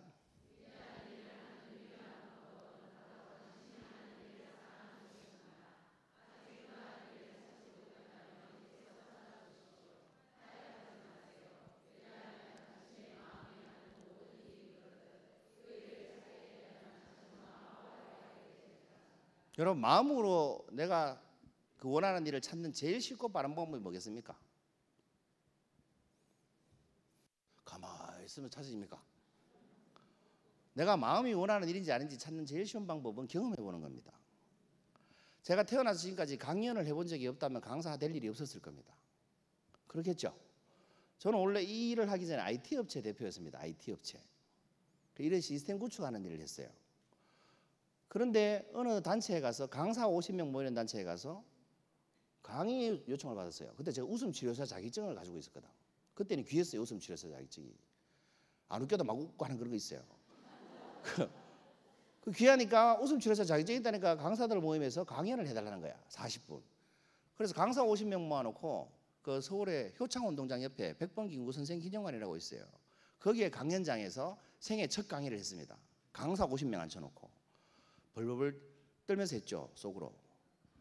혼자 일주일 동안 독학해서 강의 준비하고 파워포인트 만들고 그래서 40분 강의를 하고 내려왔는데 강사분들이 한 30명이 저한테 명함 달라고 하더라고. 그래 IT 회사 명함을 줬지 이렇게. 저거는 다 강사고. 그중에 한 10분이 저보고 이렇게 얘기했습니다. 제가 평생 들은 강의 중에 최고였습니다. 여러분도 오늘 그런 생각 혹시 안 드십니까? 아니 그분들은 그랬나 봐요. 그래서 아무튼 10분이 그런 말 하는데 심장이 벌렁거리더라고. 마음으로 한 거예요. 아 내가 할 일이구나. 지금 잡스 말처럼 마음으로 알게 됐어요. 그래서 제가 IT 업체를 접고 이 길로 접어들었잖아. 그 IT 업체를 폐업하고 교육회사를 차린 게 KBC 인재경영연구소예요. KBC가 뭐게요? 그 김병철이에요. 근데 웃기는 게 있잖아요. 이게 다 돼. 코리아 베스트 컨설팅, 코리아 브레인 크리에이터, 코리아 베스트 코칭. 제가 다 하는 일이에요. 제가 경영지도사에서 컨설팅도 하고 코칭도 하고 강사 양성도 하니까 셋 다 해당되죠. 김병철도 되고. 그래서 이름 걸고 하면 열심히 할 수밖에 없겠다 싶어서 KBC라고 했어요. 김병철은 너무 흔하잖아. 그랬더니 여기서 KBS에서 나온 줄 알았어요. 이렇게 KBC. 아무튼 그래서 마음으로 찾은 이 일을 하게 된다는 거예요. 왜? 경험했기 때문에. 그때 그 단체장이 저보고 강의해달라는 걸 제가 저는 강사가 아니니까 했으면 저는 아직도 그쪽 일을 하고 있을 겁니다. 근데 그쪽 일을 할 때 돈도 잘 벌었어요. 근데 이쪽 일이 더 좋아요. 난 그쪽 일 다시 하라 해도 안 해. 이 일이 더 좋으니까. 돈 벌면서 그 좋아하는 일 하는데 누가 돈 주니까 좋은 거 아니에요. 싫어하는 돈 벌기 위해서 하는 것보다 좋아서 뭘 했는데 누가 돈 주면 그게 더 좋은 거 아이가. 그래서 그렇게 사는 거예요. 왜? 경험해봤기 때문에. 그럼 경험하려면 여러분 어떤 마인드를 가져야 되느냐. 여러분 후회하지 않으려고 애 많이 쓰죠. 그게 가능해요? 사람이 후회 안 하는 게 가능해요? 불가능해요. 그러면 어떻게 해야 됩니까? 후회할 생각을 해야 돼요. 안 하는 건 불가능하니까. 대신에 후회는 딱 두 종류밖에 없다는 걸 아시면 됩니다. 뭐예요? 저지른 것에 대한 후회, 못 저지른 것에 대한 후회. 괜히 했다 뭐예요? 저지른 것에 대한 후회. 할 걸 못 저지른 것에 대한 후회. 여러분 어떤 후회가 오래 갑니까? 살아보니까 저지른 것에 대한 후회는요 3개월 이상 안 갑니다. 제 고등학교 친구 중에 카센터 사장이 있었는데 이 친구가 펀드를 했어요. 한 10년 전에. 2011년도에 펀드가 폭락한 적이 있어요. 기억나십니까? 2011년도에 펀드가 폭락했어요. 이 친구가 1억을 넣어놨는데 이 친구가 아침 9시부터 새벽 2시까지 그 기름 묻혀가면서 번 돈으로 펀드에 1억을 넣어놨는데 이게 2011년도에 폭망해가지고 50%로 확 깎였어요. 저한테 매일 전화 와가지고 얘기하는 거야. 하지 말걸. 그 돈이 어떻게 번 돈인데 이게 오일이 몇 통인 줄 아나. 얘는 카센터 직원이니까 기준이 엔진 오일이야. 이게 엔진 오일이 몇 통인 줄 아나. 여러분 엔진 오일이 몇 통인지는 모르겠는데 그 1억 정도 하려면 우리 엔진 오일 한 2, 3만 원 주면 가시죠. 그럼 오일 값은 한 10,000원 정도 하겠지. 그러면 1억이면 몇 통 갈아야 되노? 내가 모르긴 모르겠고 좀 많이 갈아야 되겠네. 볼 때마다 엔진 오일이 몇 통인데 석 달쯤 지나니까요. 이 심리학자들 분석해놓은 결과거든. 석 달 이상 안 간다고. 진짜 석 달쯤 지나니까 웃으면서 전화가 왔어. 석 달 만에. 나오래 술 산다고. 좋은 일이니까 있대. 그걸 나갔지. 뭔데 하니까 나오면 얘기해 준대요. 나갔어. 나갔더니 내 친구 누구 아나. 이름은 들어봤지. 그 친구는 2억 날렸단다. 2억. 이제라. 그러면서 1억 세이브했다고. 술 사주는 거 있죠. 예. 지가 원래 2억 넣으려고 하다 1억만 넣었다는 거야. 그러니까 우리는요 슬플 때 후회가 될 때 내보다 심하게 저지른 놈 찾으면 간단하게 해결돼요. 여러분 1,000만 원 사기당하잖아요. 1억 사기당한 사람 만나보세요. 기쁘다. 팔 아파 죽겠잖아. 팔 없는 사람 만나보세요. 팔이 갑자기 잘 돌아간다. 저지른 것에 대한 후회는 오래 가지 않아요. 근데 못 저지른 후회는요 심하게 못 저지른 후회를 우리가 한 글자로 뭐라고 그럽니까? 한. 잘하시네. 한 맺혔다 이렇게 한. 한은 못한 게 한이지 한 게 한이 아니에요. 그죠? 예를 들어서 우리 학창시절에 마음에 드는 이성이 있었어요. 그럼 늘 고민하죠. 고백할까 말까 할까 말까. 망설이는 이유가 뭘까요? 차일까 봐. 이럴 때 고백하는 게 나아요? 안 하는 게 나아요? 왜 하는 게 나아요? 하면 확률이 몇 프로예요? 하면 고백하면 확률이 50%인데 고백 안 하면 확률이 제로잖아. 그렇죠? 무조건 하세요. 차일 때 차이더라도. 자꾸 하다 보면 하나 걸린다. 그게 지금 내 옆에 있기도 하고 뭐 그렇죠. 그죠? 어쨌거나 고백을 못한 사람은 친구인 척해. 이성적 감정 없대 이러면서 친한 척하고 주변 맴돌고 그러다가 그 사람이 다른 사람한테 시집장가 가는 걸 봐요. 그리고 지도 다른 사람한테 시집장가를 가. 그래놓고 부부싸움 하잖아. 부부싸움 할 때마다 그놈 생각난다. 그때 내가 말이나 해볼 걸. 내가 이런 놈하고 살라고 내가 결혼한 게 아닌데 그 자식 요새 뭐 하는지 모르겠다 하면서. 그럼 요새 밴드가 활성화돼가 동창회 가서 만나면 그렇게 반가운 거야 걔가. 그러니까 사건 사고 나고 그러지. 그때 고백했으면 아무 문제가 없는데. 그렇죠. 그래서 어차피 후회할 거 저지르고 하는 게 나아요, 안 저지르고 후회하는 게 나아요? 여러분 저지르세요. 여러분 오해하시면 안 돼요. 지름신을 강림시키라 이런 뜻이 아닙니다. 시작하시라는 뜻이에요. 시작. 여러분 형편되면 여행 가고 싶죠? 대답해 보세요. 형편되면 여행 가고 싶죠? 형편 언제 됩니까?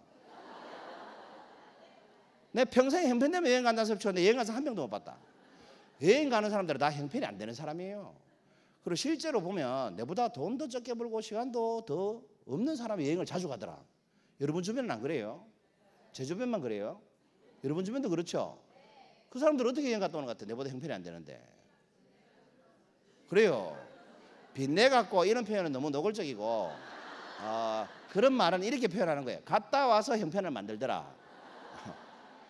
어떤 사람이 차를 자주 바꿔야지 잘 바꿔요.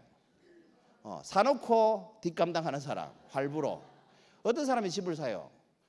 대출 받아가 사는 사람. 돈 모이면 사야지 준비되면 해야지 하는 사람 치고 하는 사람 한 명도 못 봤습니다. 그래서 여러분 원하는 게 있으면 뭐 해라? 시작하라는 거예요. 시작. 몇 년 전에 기사가 떴는데 수능 3일 앞두고 일주일 앞두고다 어떤 기사가 떴는데요. 어떤 고3이 엄마 보고 그랬대. 엄마 나 음악 배우고 싶어. 수능 치고. 엄마 나 여행 가. 수능 치고. 엄마 나 수능 치고. 근데 수능 일주일 전에 교통사고로 죽어버렸어. 그 엄마가 제일 후회되는 게 뭐겠어요? 해달라 할 때 해줄 걸. 여러분 할 수 있을 때 하세요. 할 수 있을 때. 지금 못하면 못하는 거예요. 그죠? 할 수 있을 때 하세요. 왜? 사람은 미래를 못 살잖아. 여러분 다음에 살 수 있을까요? 여러분 우리 다음에 밥 먹자 하는 사람 다음에 밥 먹는 사람 봤어요? 다음이란 없습니다. 여러분 지금 시간 되면 지금 밥 먹어야지. 그 다음에 밥 먹자 하지 마세요. 이틀 뒤에 정확하게 48시간 50분 뒤에 밥 먹자. 이렇게 그럼 밥 먹어. 정하시라는 거지. 아시겠죠? 그래서 마음으로 찾을 수 있습니다. 그래서 마음으로 찾은 일을 하고 있다는 것만큼 행복한 일은 없는데 여러분 여기에서 이렇게 질문하면 참 골치가 아프기 시작하죠. 마음으로 일을 어떻게 찾아? 말이 쉽지. 제일 쉬운 방법은 이거예요. 여러분 지금 하고 계신 일 있죠? 그걸 마음으로 좋아하면서 하세요. 그러면 그 일이 마음으로 찾은 일이 돼요. 우리 자전거 처음 배울 때 넘어지기 위해서 자전거 배우시는 분 없잖아. 안 넘어지려고 자전거를 배우지. 그렇죠? 근데 넘어질 땐 괴롭잖아. 근데 계속 넘어지는 이유가 뭐예요? 안 넘어질 때가 올 거라는 확신이 있으니까. 만약에 너는 평생 넘어지기만 할 거야 라고 하면 누가 자전거를 배우겠어요? 안 넘어질 때가 있다는 확신이 있으니까 넘어지는 거예요. 그죠? 그러니까 여러분 지금 하는 일을 확신을 가지세요. 안 넘어질 때가 있을 거라고. 그러면 그 일을 계속 하게 되고 하다 보면 전문가가 되고 전문가가 되면 누가 나를 찾아요. 여러분 제가 처음으로 가기 시작할 때 누가 저를 찾았겠습니까? 안 찾았겠습니까? IT 업체 대표다 갑자기 KBC 인재경영연구소를 차렸다고 누가 저를 강사로 부릅니까? 안 부릅니까? 안 부르죠. 근데 언젠가 부를 거라는 확신이 있으니까 계속 했겠지. 그렇지 않아요? 그러니까 처음에는 힘들었어요. 저도 아무도 안 불러가지고 소원이 이거였습니다. 아이고 강의 한번 물려가 봤으면 소원이었겠다. 돈 안 줘도 되니까 강의 한번 물려가 봤으면 소원이었겠다. 아무도 안 불러주니까. 그런데 지금은 돈 받고 강의 다니잖아요. 왜? 아무도 안 불러줄 때 제가 강의했거든. 내 돈 쓰면서 책 읽고 강의하고 책 읽고 강의하고 그걸 북텔링이라고 그래요. 그게 발전해가 지식텔링이 됐는데 어제 우리가 한 650회 넘게 했을 거예요. 매주 아직도 하고 있어요. 초심을 잃지 않기 위해서. 그러니까 하고 있으면 기회가 생기는데 기회를 만들고 하려고 하면 그런 기회는 안 온다는 거지. 그래서 여러분 마음으로 찾는 일은 경험해봐야 합니다. 경험해봐야. 만지라는 사람이 있었는데요. 마운틴맨이라는 영화 아세요? 이게 마음으로 찾은 일을 하는 사람 중에 이 만지라는 사람이 있는데 한국에서는 마운틴맨이라는 영화로 방영이 됐었어요. 이게 겔라우르라는 인도의 조그만 마을의 이야기인데 이 마을은 전기도 없고 수도도 없고 도로도 없어요. 그 돌산이 커다란 게 있어가지고 병원 한번 가려면 한 50km 갔어야 돼. 걸어가야 돼. 근데 이 마을에서 이제 나고 자란 이제 만지라는 사람하고 파구니 데비라는 사람하고 이제 결혼을 하게 됐죠. 결혼해서 행복하게 살다가 아내가 남편은 농사 짓고 아내는 도시락 싸가지고 점심 때 갖다 주고 이렇게 살았는데 어느 날 아내가 도시락 갖다 주다가 미끄러져 가지고 산에서 굴러 떨어져 버렸어. 만지가 이 소식을 듣고 뭐예요? 들쳤고 병원에 가야 되는데 뭐 없어요? 도로도 없고 차도 없고 50km를 업고 병원에 갔는데 결국 사망하고 말았어요. 도로만 있었어도 살았겠죠. 그래서 만지는 산을 원망합니다. 저 돌산 때문이라고. 그리고 산을 깎기 시작하는데 염소 3마리 팔아가지고 망치하고 징하고, 이 사진의 인물은 만지 아들입니다. 실제 이 만지가 썼던 망치하고 정이에요.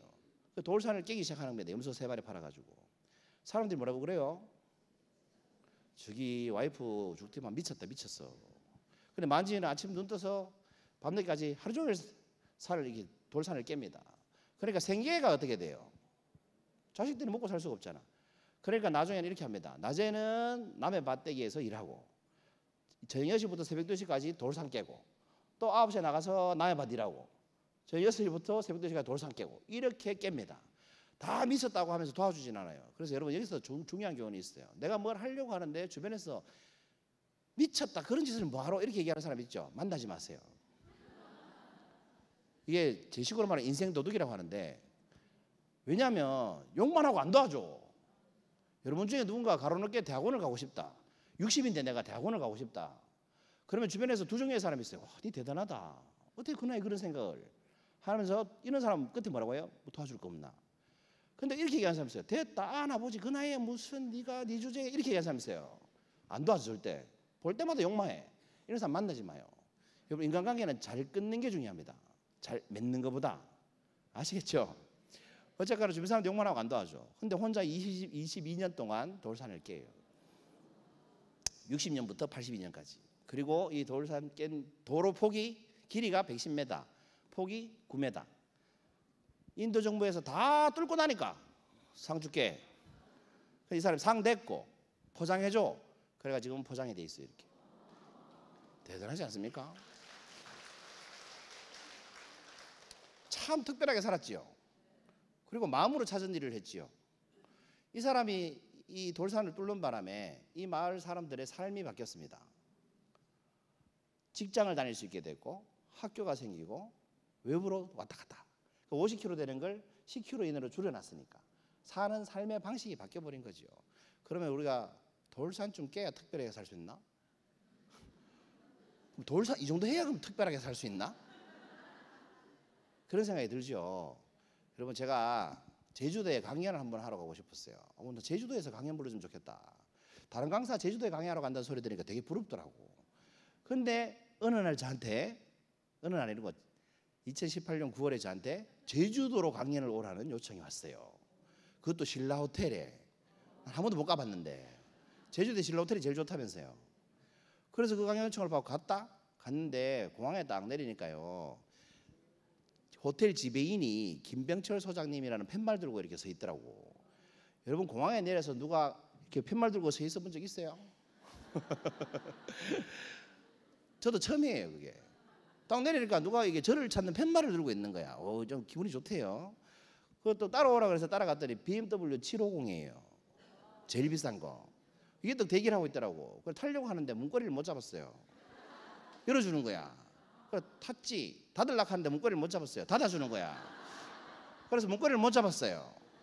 그리고 이제 가다 보니까 여기 신라 호텔인데, 신라 호텔 로비에 이렇게 딱 도착하면 이제 내려야 되잖아. 그 문고리를 또 못 잡았어요. 열어주더라고. 그래서 내렸지. 내리고 나니까 저녁 먹으래. 지하의 한식당에. 이 한식당 메뉴판을 보니까 제일 싼 게 58,000원이더만. 그래서 저는 64,000원짜리 먹었어요. 64,000원짜리 저녁 혼자 먹고, 강연은 그 다음날 아침 8시에 했으니까 할 게 없잖아요. 그래서 호텔 주변을 이렇게 둘러봤죠. 참 예쁘더라고요. 이렇게 인증샷도 찍고. 이게 제 방에서 내려다본 모습이에요. 그러니까 방도 제공해주고, 식사도 제공해주고, 강의는 1시간만 하면 되고. 그 다음날 아침은 또 호텔 뷔페를 갔는데, 이게 또 대한민국에서 알아주는 뷔페라대, 신라 호텔 뷔페가. 그래서 뷔페에서 아시는 분을 만났는데 저한테 강연 들으실 분을 만났어요.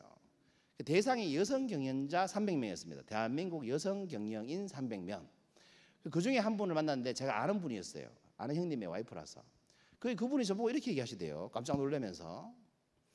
여기는 유명한 사람만 강의 오는 데인데. 이게 뭔 뜻이에요? 네가요 웬일이고 이런 뜻이죠. 네가요 웬일이고. 그렇군요. 그렇군요. 그래서 그렇군요 하면 밥 먹고 이제 강의를 했어요. 강의를 하는데, 강의하면서 제가 이렇게 얘기했어요. 그때도 강의 제목이 이거였네요. 향기 나는 삶을 위한 생각이지 뭐. 그 강의하면서 제가 이렇게 얘기했습니다. 저는 유명한 사람보다는 향기 나는 사람이 되고 싶습니다. 내가 말해놓고 내가 우쭐해가지고 오 멋있다 이러면서 되고 싶으면 이렇게 강연을 했던 기억이 나요. 그래서 강연 끝나고 나니까 또 EQ900이 대기를 하고 있대. EQ900이 그 호텔 앞에. 그리고 EQ900을 타고 탁 오는데 있잖아요. 또 문고리를 못 잡았어요. 그래 타고 오는데 갑자기 이런 생각이 들었습니다. 아우 내가 참 특별한 사람이 많네. 유명한 사람보다 하면 아닌지 모르겠지만 내가 참 특별한 사람이구나. 왜냐하면 이 강의에 저를 부르신 분이 자기 조직의 장한테 제 소개를 할 거 아니에요. 그 은행장한테 이렇게 소개를 하셨거든요. 이분은 매주 향기노트 올리시는 대단한 분입니다. 이렇게. 그러니까 나는 참 특별한 사람이 맞아요. 왜? 제가 지금까지 어제까지 올린 향기노트가 245편입니다. 지금은 격주에 한 번 합니다만 몇 달 전까지 매주 한 번 했어요. 한 번도 하지 않은 강의를 매주 한 거지, 만든 거지. 진짜 힘들어요. 잠이 안 와, 전날에. 근데 이걸 아직도 하고 있다는 거지. 근데 이걸 보고 그분이 누군가가 애청자가 그 은행에 계신 분이고 그분이 저를 불러서 제주도를 가게 된 거예요. 그러니까 제가 대단해서 제주도를 간 게 아니고요. 저는 매주 향기노트를 하고 있었기 때문에 제주도를 가게 된 거예요. 무슨 말인지 아시겠죠? 그래서 여러분 특별하다는 건 유명해지는 게 아니고 대단해지는 게 아니고 이런 것 같아. 특별하게 산다는 거. 읽어볼까요? 시작.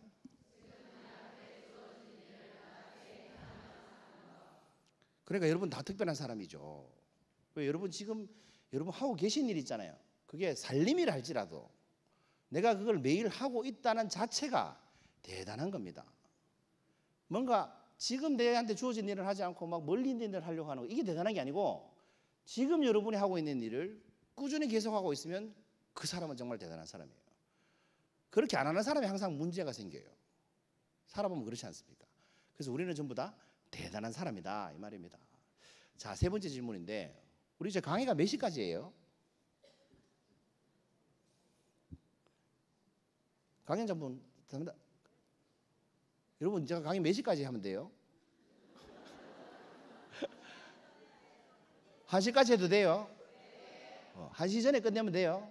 네. 반대하시는 분 안 계시죠? 1시 전에 끝낼게요. 자, 세 번째 질문 읽어봅시다. 시작. 향기 나십니까 여러분? 여러분 무연사회라고 들어보셨습니까? 무연사회. 연고가 없는 사회. 그러니까 일본 같은 데가 초고령화된 나라잖아요. 그러니까 혼자 사는 독거노인이 많잖아요. 그 연고가 없이 사는 그런 무연사회라고 그래요.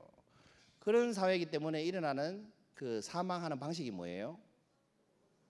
고독사예요. 혼자 죽는 거예요. 혼자 죽을 때 나밖에 없는 거지. 고독사 때문에 발견되는 시체 이름이 뭐예요? 백골 시체예요. 해골 상태로 발견된다고.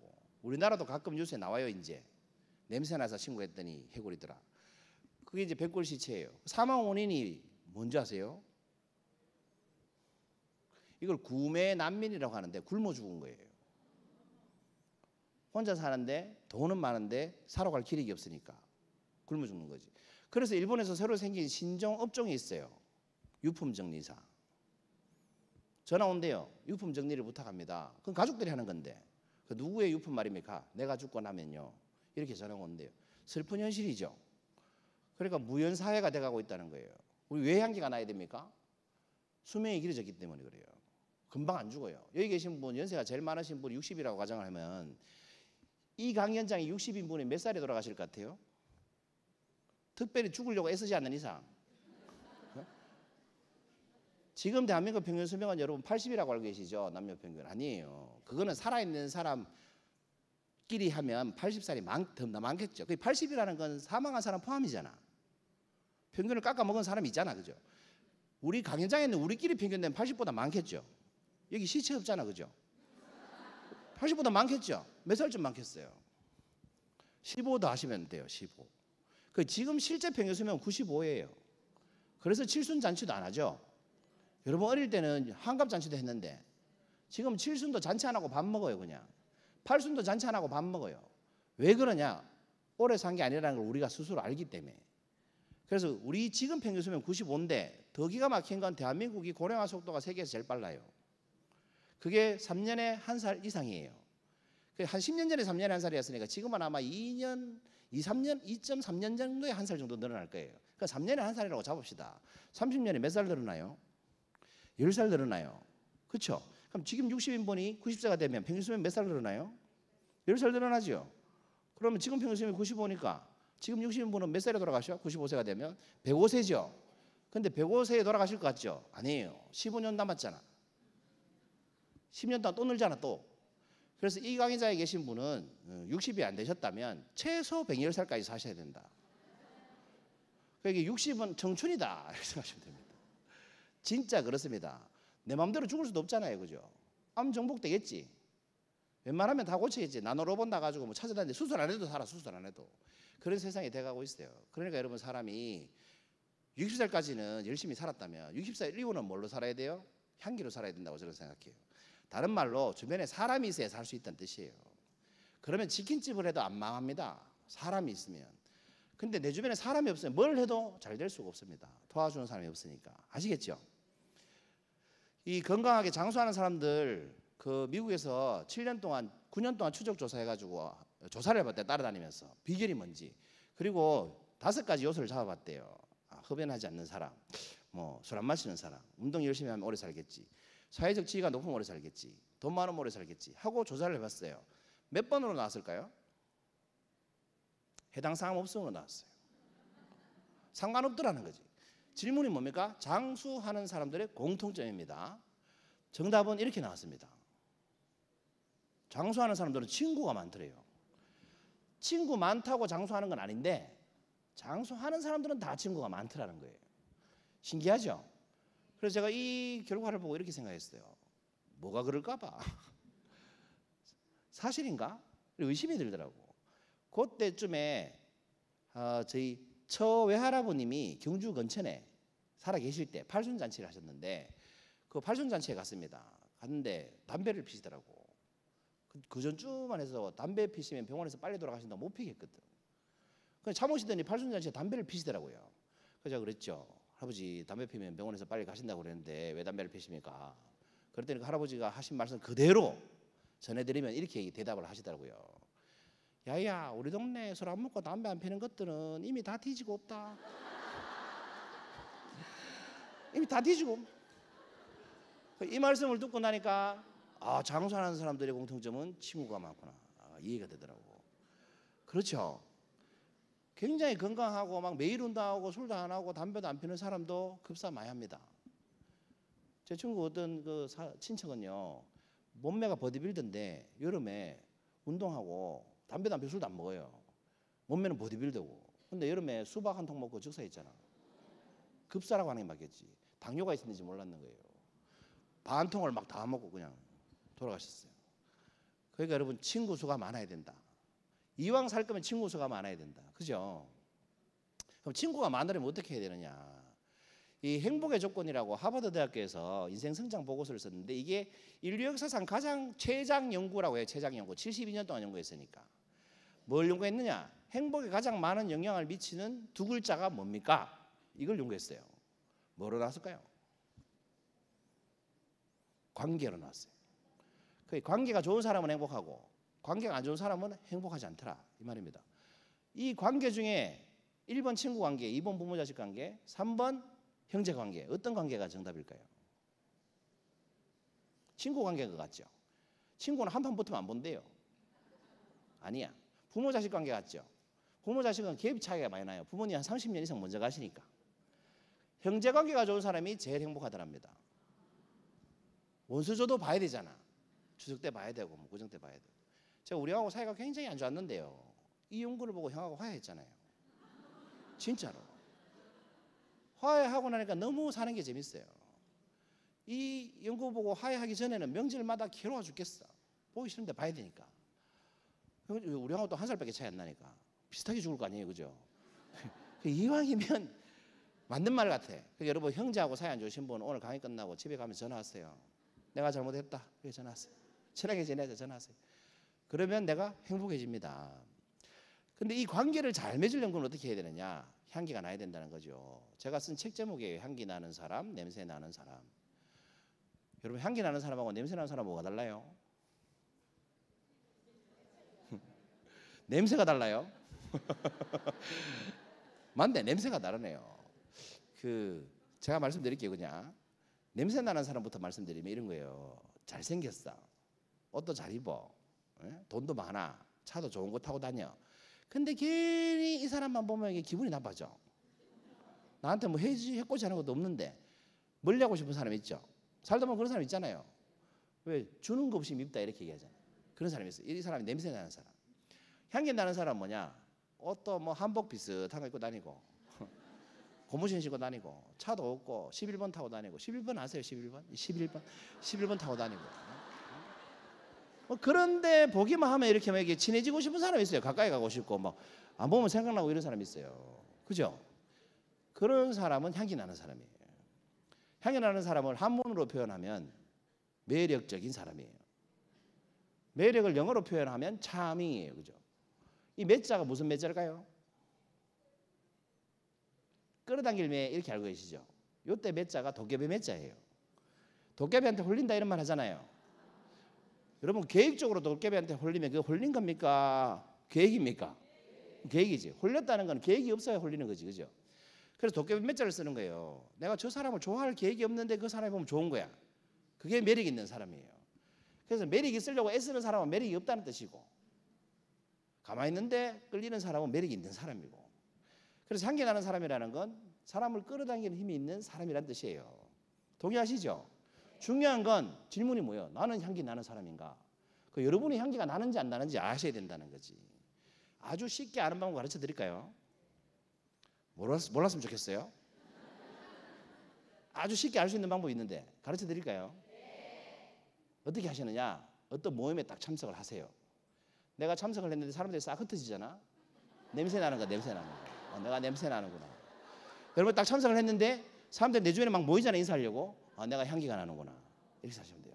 여러분이 집에 갔는데 애들이 도망간다. 냄새가 나는구나. 아빠 왔어 하고 막 온다. 향기가 나는구나. 이렇게 생각하시면 돼요. 굉장히 중요한 거예요. 그러면 향기가 나려면 뭘 해야 되느냐? 여러분 세 가지가 있어야 됩니다. 자존감이 높아야 돼요. 자존감은 자존심하고 다르다 그랬죠. 자존감 아까 제가 뭐라 그랬어요? 난 소중해. 난 존재만으로 가치 있는 사람이야. 자존심은 뭐예요? 상한다 이렇게 얘기하죠. 자존감은 높다 낮다. 자존심은 세다 약하다 이렇게 얘기하죠. 그 자존심이 세다는 건 자존감이 높은 거예요, 낮은 거예요? 낮은 거예요. 사자가 A 사자는 자존감이 높고 B 사자는 자존감이 낮아. 그러니까 자존심이 세겠지. 그 A 사자 보고 지나가던 개미가 이렇게 얘기합니다. 싸움도 못하는 게. 그럼 자존감 높은 A 사자는 뭐라고 해요? 들은 채도 안 해요. 그냥 자. 근데 B 사자한테 지나가는 개미가 싸움도 못하는 게 얘는 자존감이 낮잖아요. 그럼 이 사자는 개미하고 한번 붙어요. 그리고 이겼다고 자랑하고 다녀요. 자존심 회복했으니까. 그 자존심은 상하면 자존심 상하게 한 사람을 이겨야만 회복이 돼요. 그렇지 않습니까? 그 자존심 회복하는 유일한 방법이 그거예요. 그래서 자존심이 센 사람 주변에는 사건 사고가 많아요. 파출소 갈 거 경찰서 가야 되고 경찰서 갈 거 법원 가야 되고 뭐 이래. 그래서 여러분 자존감이 높아야 사는 게 행복해집니다. 두 번째는 내공이 있어야 돼요. 내공. 피카소가 길 가는데 어떤 돈 많은 부인이 피카소 보고 이렇게 얘기했습니다. 조상 하나만 그려주세요. 피카소님. 보통 화가는 사망 이후에 유명해지는데 피카소는 살아생전에 유명했거든. 그 피카소를 알아보고 초상화를 그려달라고 하니까 피카소가 잠시 머뭇거리니까 이 부인이 이렇게 얘기합니다. 돈은 달란 대로 다 드릴게요. 좋습니다 하고 그랬어. 한 10분 그랬어. 그 초상화를 툭 그리고 주면서 얼마 드릴까요? 하니까 피카소가 그 당시 우리 돈으로 8천만 원입니다 그랬대요. 그랬더니 이 부인이 여러분 같으면 뭐라고 하시겠어요? 알겠습니다 하고 8천만 원 줍니까? 깜짝 놀라면서 아유 그래도 아무리 유명하셔도 그렇지 그 10분 그려놓고 10분 만에 그려놓고 8천만 원을 좀 세지 않아요? 이렇게 얘기했어요. 피카소가 뭐라고 한마디 했는데 바로 주더래요. 그래서 말이 중요한 거예요. 뭐라고 했을까요? 제가 이 그림을 그리는데 걸린 시간은 10분이 아니고 40년입니다. 피카소가 40살이었나 보지. 설명 안 해도 되죠? 제가 이 강연하는데 걸린 시간은 2시간이 아니고 인생입니다. 이해되시죠? 그런 게 내공이 내 말이에요. 그러니까 우리가 2시간 강의한다고 2시간 준비하는 게 아니잖아요. 그죠? 여러분 두 발로 걷는 게 자랑스럽지 않죠? 난 안 넘어지고 두 발로 잘 걸어. 이게 자랑스럽지 않죠? 그런데 일어설까 말까 한때 그 애들, 갓난 애들이 볼 때는 두 발로 걷는 부모가 신처럼 보입니다. 나는 서지도 못하는데 인간은 뛰댕기니까 신처럼 보이죠. 근데 이 겨우 일어서는 얘가 두 발로 중심 잡고 서는데 몇 번 넘어질까요? 여러분 애들 키워보시니까 몇 번쯤 넘어지니까 안 넘어지던가요? 심리학자들 별걸 다 연구하죠. 연구해보니까 이게 4,000번에서 6,000번 평균. 돌잔치 때 어떤 애는 보면 뛰댕기고 어떤 애는 겨우 걷잖아. 엄마들께 너는 왜 그렇게 잘 뛰댕기노? 우리 아는 겨우 이런 얘기 하잖아요. 이 집에는 7,000번 넘어졌고 이 집에는 4,000번 넘어졌고 그 말이에요. 많이 넘어져야 빨리 뛸 수 있어요. 그런 식이라는 거죠. 그러니까 우리는 근데 그렇게 넘어지고 두 발로 안 넘어지고 그런 걸 자랑스럽게 생각하지 않아요. 그게 내공이다 이 말이에요. 진짜 잘하는 사람은 너무 쉽기 때문에 그게 자랑거리가 안 돼요. 근데 갓 일어서는 애기들은 계속 일어서요. 보라고 박수 쳐주니까. 예? 박수 막 치면 얘가 계속 일어나. 근데 애 입장에서 한번 생각해 보셨어요? 힘들겠어요 안 힘들겠어요? 힘든데 얘 왜 계속 왜 일어날까?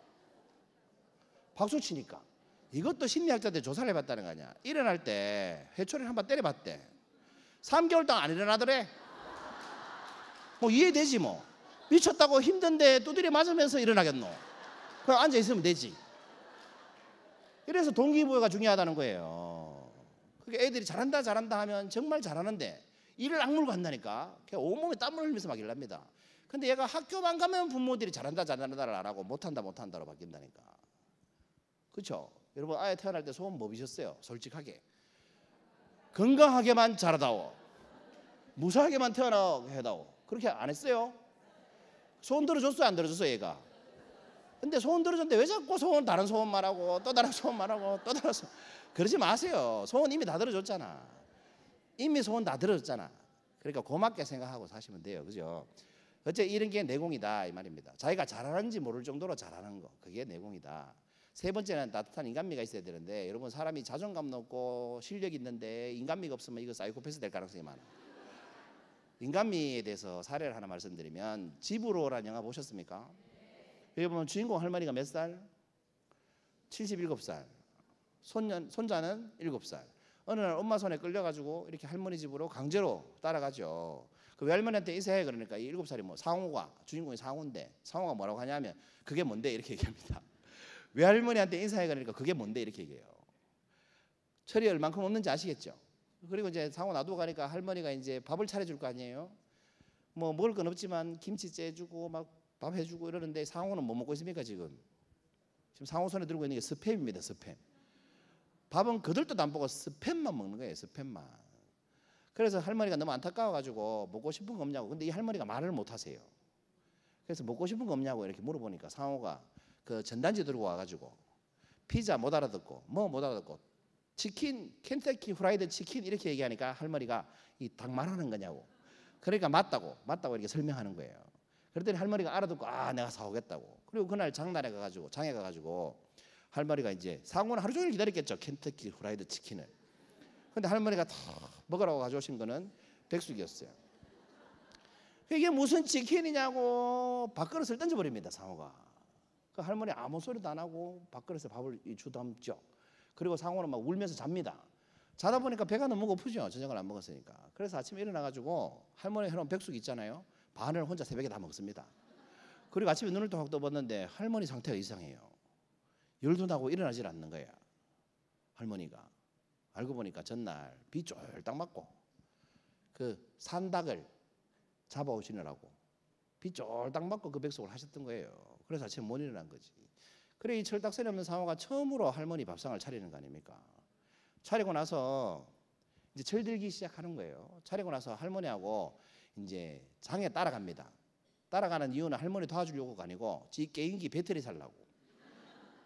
장에 가니까 할머니가 상호 운동화 사주고 짜장면 집에 데리고 와서 짜장면도 사줍니다. 그 상호가 이제 먹는데 할머니는 안 먹는 거지. DJ DOC 그 음악에 보면 이런 말 나오지 않습니까? 어머니는 짜장면이 싫다고 하셨어. 그 상호는 이해가 안 되는 거예요. 이 짜장면을 왜 할머니가 안 드시는지. 뭐라고 했어요 제가? G.O.D. 하여튼 걔가 그렇게 얘기했어요. 하여튼 할머니가 왜 안 먹는지 이해가 안 돼. 그렇게 이렇게 먹고 있는데 뭐 안 드시는갑다 하고 있는데 계산할 때 보니까 할머니가 손을 이렇게 내미니까 할머니 손에 있는 1,000원짜리 100원짜리를 주인이 이렇게 짜장면 한 그릇 값만큼을 빼가는 거예요. 상호 표정이 어때요? 뭔가 좀 찝찝한 거야. 아, 할머니가 돈이 모자라서 안 먹었을 수도 있겠다라고 생각하게 된 거죠. 그리고 이제 배터리 가게 앞에 가서 상호가 배터리 사는 걸 포기합니다. 포기하고 그냥 가져갑니다. 할머니 보고. 왜? 할머니가 그 돈을 어떻게 버는지 봤거든. 시장에서 이 몇천 원 벌려고 얼마나 할머니가 애쓰시는지를 봤거든. 그리고 배터리 사기를 포기하죠. 그리고 이날부터 상호가 바뀌기 시작해요. 할머니 마중 나갑니다. 그리고 보따리 받아들고 보따리 안에다 할머니 몰래 초코파이 넣어드리고 이렇게 상호가 바뀌기 시작합니다. 그런데 엄마한테 편지가 왔어요. 이제 다시 서울로 가자고 데리러 온다고. 그 편지를 받고 할머니하고 혜지가 너무 슬프잖아요. 그래서 할머니한테 할머니가 말도 못 하시는데 글도 몰라요. 그래서 이제 한글을 가르쳐드리기 시작하죠. 이거는 아프다라는 글자고 이거는 보고 싶다라는 글자니까 보고 싶다의 십자 한번 보세요. 지도 모르는 한글을 할머니 이건 아프다고 할머니 이건 보고 싶다니까 따라 써봐 하면서 막 쓰죠. 할머니가 따라 쓰지를 못하잖아 지금. 그 상황이 너무 답답하죠. 너무 답답하니까 이렇게 얘기합니다. 막 펑펑 울면서 한번 읽어보세요. 시작.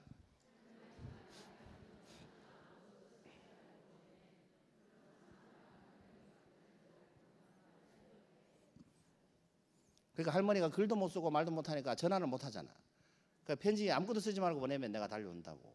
아픈 줄 알고. 그렇게 편지를 보내라고 하면서 철이 듭니다. 우리는 이렇게 살면서 저절로 이렇게 철이 듭니다. 가만 놔둬도. 여러분 그 서울대 무슨 교수가 이런 말씀하셨죠. 지랄 총야의 법칙이라고. 여러분 울다가 웃다가 하면 똥구멍이 솔난데. 지랄 총야의 법칙이라고 들어보셨죠. 사람이 태어나서 지랄하는 총량이 똑같다고. 그러니까 지랄을 100을 하는데 이 100을 초등학교 때 할 거냐 중학교 때 할 거냐 어른 돼서 할 거냐. 여러분 최대한 어릴 때 지랄하는 게 나아요. 미성년자는 처벌도 안 해. 어른 돼가 지랄하면 골치 아파. 그러니까 애들이 애미기면 아이고 어릴 때 지랄하고 말겠구나 이렇게 생각하시면 돼요. 야가 나중에 효도하겠구나 이렇게 생각하시면 돼. 오히려 얘가 너무 공부만 하잖아요. 말려야 돼요. 이거 나중에 지랄한다 이거. 사회성에 결여될 가능성이 많아요. 그래서 너무 공부만 하면 오히려 말리세요. 아시겠죠? 할머니 보고 싶으시구나. 이런 게 인간미입니다. 인간미. 그래서 다시 한번 자문해 보세요. 나는 향기 나는 사람인가? 평상시에 여러분 나는 향기 나는 사람인가? 누가 내 열받게 하잖아요. 그럴 때 한번 자문해 보세요. 나는 향기 나는 사람인가? 내가 향기가 나려면 이 열받는 순간을 어떻게 해야 될 것인가? 이렇게 생각해 보세요. 여러분 누가 여러분 보고 막 화내잖아요. 그럼 어떤 마음을 가져야 돼요? 따라해 보세요. 아이고 불쌍해라. 속이 화로 가득 찼네. 안 됐다. 이걸 꼭 해야 돼. 이거를 유식한 말로 사자성어로 뭐라고 그래요? 측은지심. 누가 여러분 보고 화를 내면 불쌍해 여기세요. 따라해 보세요. 자극은 내 탓이 아니지만 반응은 내 책임이다. 어떤 사람은 약을 올리면 웃어요. 어떤 사람은 약을 올리면 화내요. 맞죠? 그 사람 안에 있는 게 튀어나오게 돼 있어요. 마음이 편안한 사람은 누가 약 올려도 편안하게 반응하고, 화가 나 있는 사람은 화를 내고, 짜증이 있는 사람은 짜증을 내게 돼 있어요. 자극은 내 탓이 아니죠. 약 올리라고 한 게 아니니까. 그렇지만 반응은 내 책임이라는 거예요. 그래서 여러분한테 화내거나 짜증내는 사람 보면 안 됐다 이렇게 생각했어요. 그 사람이 제일 힘들어. 왜 내한테 화내나 이렇게 생각하지 마시고 속이 화로 가득 찼구나 이렇게 생각하시라는 거예요. 아시겠죠? 자, 지금까지 질문 3개 했습니다. 첫 번째 질문 뭡니까? 아, 훌륭하십니다. 두 번째 질문은? 그렇죠. 세 번째 질문은? 그렇습니다. 자, 마무리를 해보도록 하죠. 우리 머리에서 만들어내는 착각이 있어요. 행복에 대한 착각. 그게 뭐냐면 행복하기 위해서 산다 이런 거예요. 여러분 행복하기 위해서 산다 이런 말 많이 하시죠? 근데 이 말은 착각이에요. 왜냐하면 평상시에는 안 행복하다는 뜻이잖아. 그렇지 않습니까? 이 말은 이렇게 바뀌어야 됩니다. 행복하기 위해서 하는 게 아니고 살기 위해서 행복해야 됩니다. 여러분 여기 행복하려고 강의 들으러 오셨습니까? 아니면 행복해서 강의 들으러 왔습니까? 만약에 여러분 여기 오기 전에 스트레스 받고 억수로 열받는 일이 있었으면 안 오셨을걸요? 그렇지 않아요? 근데 여기 올 만큼의 마음의 여유가 있고 행복했으니까 오셨을 거예요. 무슨 말인지 아시겠죠? 그러니까 여러분 행복은 그러니까 목적이 아니고 뭐다? 수단이다라는 겁니다. 수단. 여러분 행복해지기 위해 살지 마세요. 행복해야 살 수 있어요. 그래서 행복은 있잖아요. 강도가 아니라 빈도가 중요합니다. 강도. 여러분 힘들어 죽겠는데 누가 여러분한테 1억을 탁 주잖아요. 너무 기쁘겠죠? 강도가 어때요? 세죠? 근데 1년에 한 번 1억을 탁 줘요. 그럼 그 1억이 1년 동안 행복할까요? 한 3년 지나잖아. 왜 올해는 안 주지? 권리인 줄 안다. 그런데 여러분 어떤 사람이 여러분 볼 때마다 사탕을 하나 줘요. 다음 날 보니까 야구르트를 하나 주고 그 다음 날 보니까 젤리를 하나 주고 이래요. 그 사람 볼 때마다 어때요? 행복하죠. 그 빈도라는 거예요. 빈도. 우리가 행복 지수를 측정할 때는 강도로 측정하는 게 아니고 지수로 측정하는 거예요. 그 횟수가 잦을수록 빈도로 측정하는 거예요. 횟수가 잦을수록 뭐예요? 사람이 행복할 확률이 높다라는 겁니다. 그러니까 여러분 그 행복을 주는 사람이 누구예요? 내 주변 사람이고 우리는 그걸 통제할 수 있는 힘이 있다는 거예요. 여러분 따라해 보세요. 나는 얼굴도 별로고 옷도 별로고 몸매도 별로고 수입도 별로고 와 이래 사람 뭐 하겠노?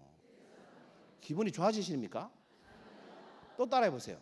나는 이만하면 괜찮은 얼굴이고 이만하면 건강한 몸이고 먹고 살 만큼 돈도 벌고 잘 굴러가는 차도 있고 비도 막는 집도 있고 와 멋진 인생이네. 둘 다 사실이에요. 여러분 앞에 한 말도 사실이고 뒤에 한 말도 사실이에요. 맞죠? 둘 다 여러분 얘기예요. 그런데 선택은 누구 몫이다? 어떤 게 더 행복하다? 되게 행복하다. 여러분 이걸 안다는 거예요. 근데 만약에 인공지능한테 이걸 알게 하려면요 데이터를 수십만 장의 데이터를 넣어줘야 겨우 구분할까 말까입니다. 사람은 남자 얼굴 여자 얼굴을 3번 보면 알아요. 구분할 줄 알아요. 인공지능은 30만 장의 남자 얼굴 여자 얼굴을 보여줘야 얘가 겨우 구분해. 우리는 직감이라는 게 있지만 컴퓨터는 그런 게 없거든. 이런 현상을 우리가 뭐라고 그래요? 기적이다 그래요. 설명할 수가 없어요. 여러분 이런 현상이 생기면 사진에 보이는 독수리가 내 건에 태워주면 기적 아니에요? 왜 우리가 이런 독수리가 나를 건에 태우면 기적이라고 생각하는지 아세요? 의학적으로 과학적으로 설명할 수가 없어서 그래요. 독수리한테 마약 주사 한 대 주면 건에 태워준다. 만약 이런 실험 결과가 나왔다. 그럼 더 이상 기적이 아니에요. 우리가 말하는 기적은 증명이 안 되니까 기적이다라고 하는 겁니다. 여러분 옆 사람하고 손 살짝 잡아보세요. 살짝 잡았다 놔보세요. 방금 손 잡으신 분하고 손 잡을 확률 계산할 수 있어요 없어요? 여러분 사람이 손 잡을 확률은 어떻게 계산해야 돼요? 태어날 확률이 계산돼야 돼요. 이 사람이 태어나야 손 잡을 거 아니야. 사람이 태어날 확률이 얼마예요? 수정될 확률이에요. 수정될 확률이 몇십억 분의 1이라고 해요.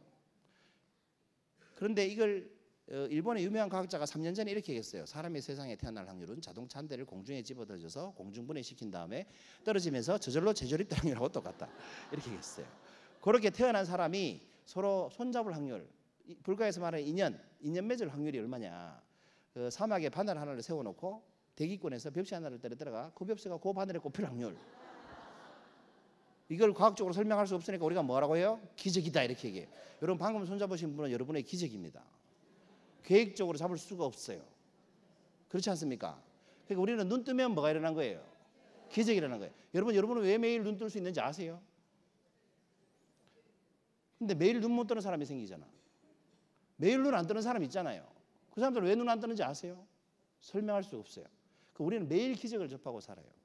여러분 눈 뜨면 내가 기적이 일어났구나. 오늘도 숨을 쉬는구나. 근데 내 눈에 띄는 인간들이 있어.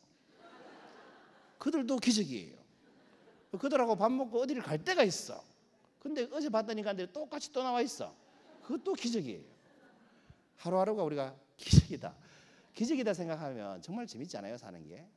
이제 두 사람씩 짝지어가지고 마주보고 앉아보세요. 그래서 삶은 기적이다 이 말이에요.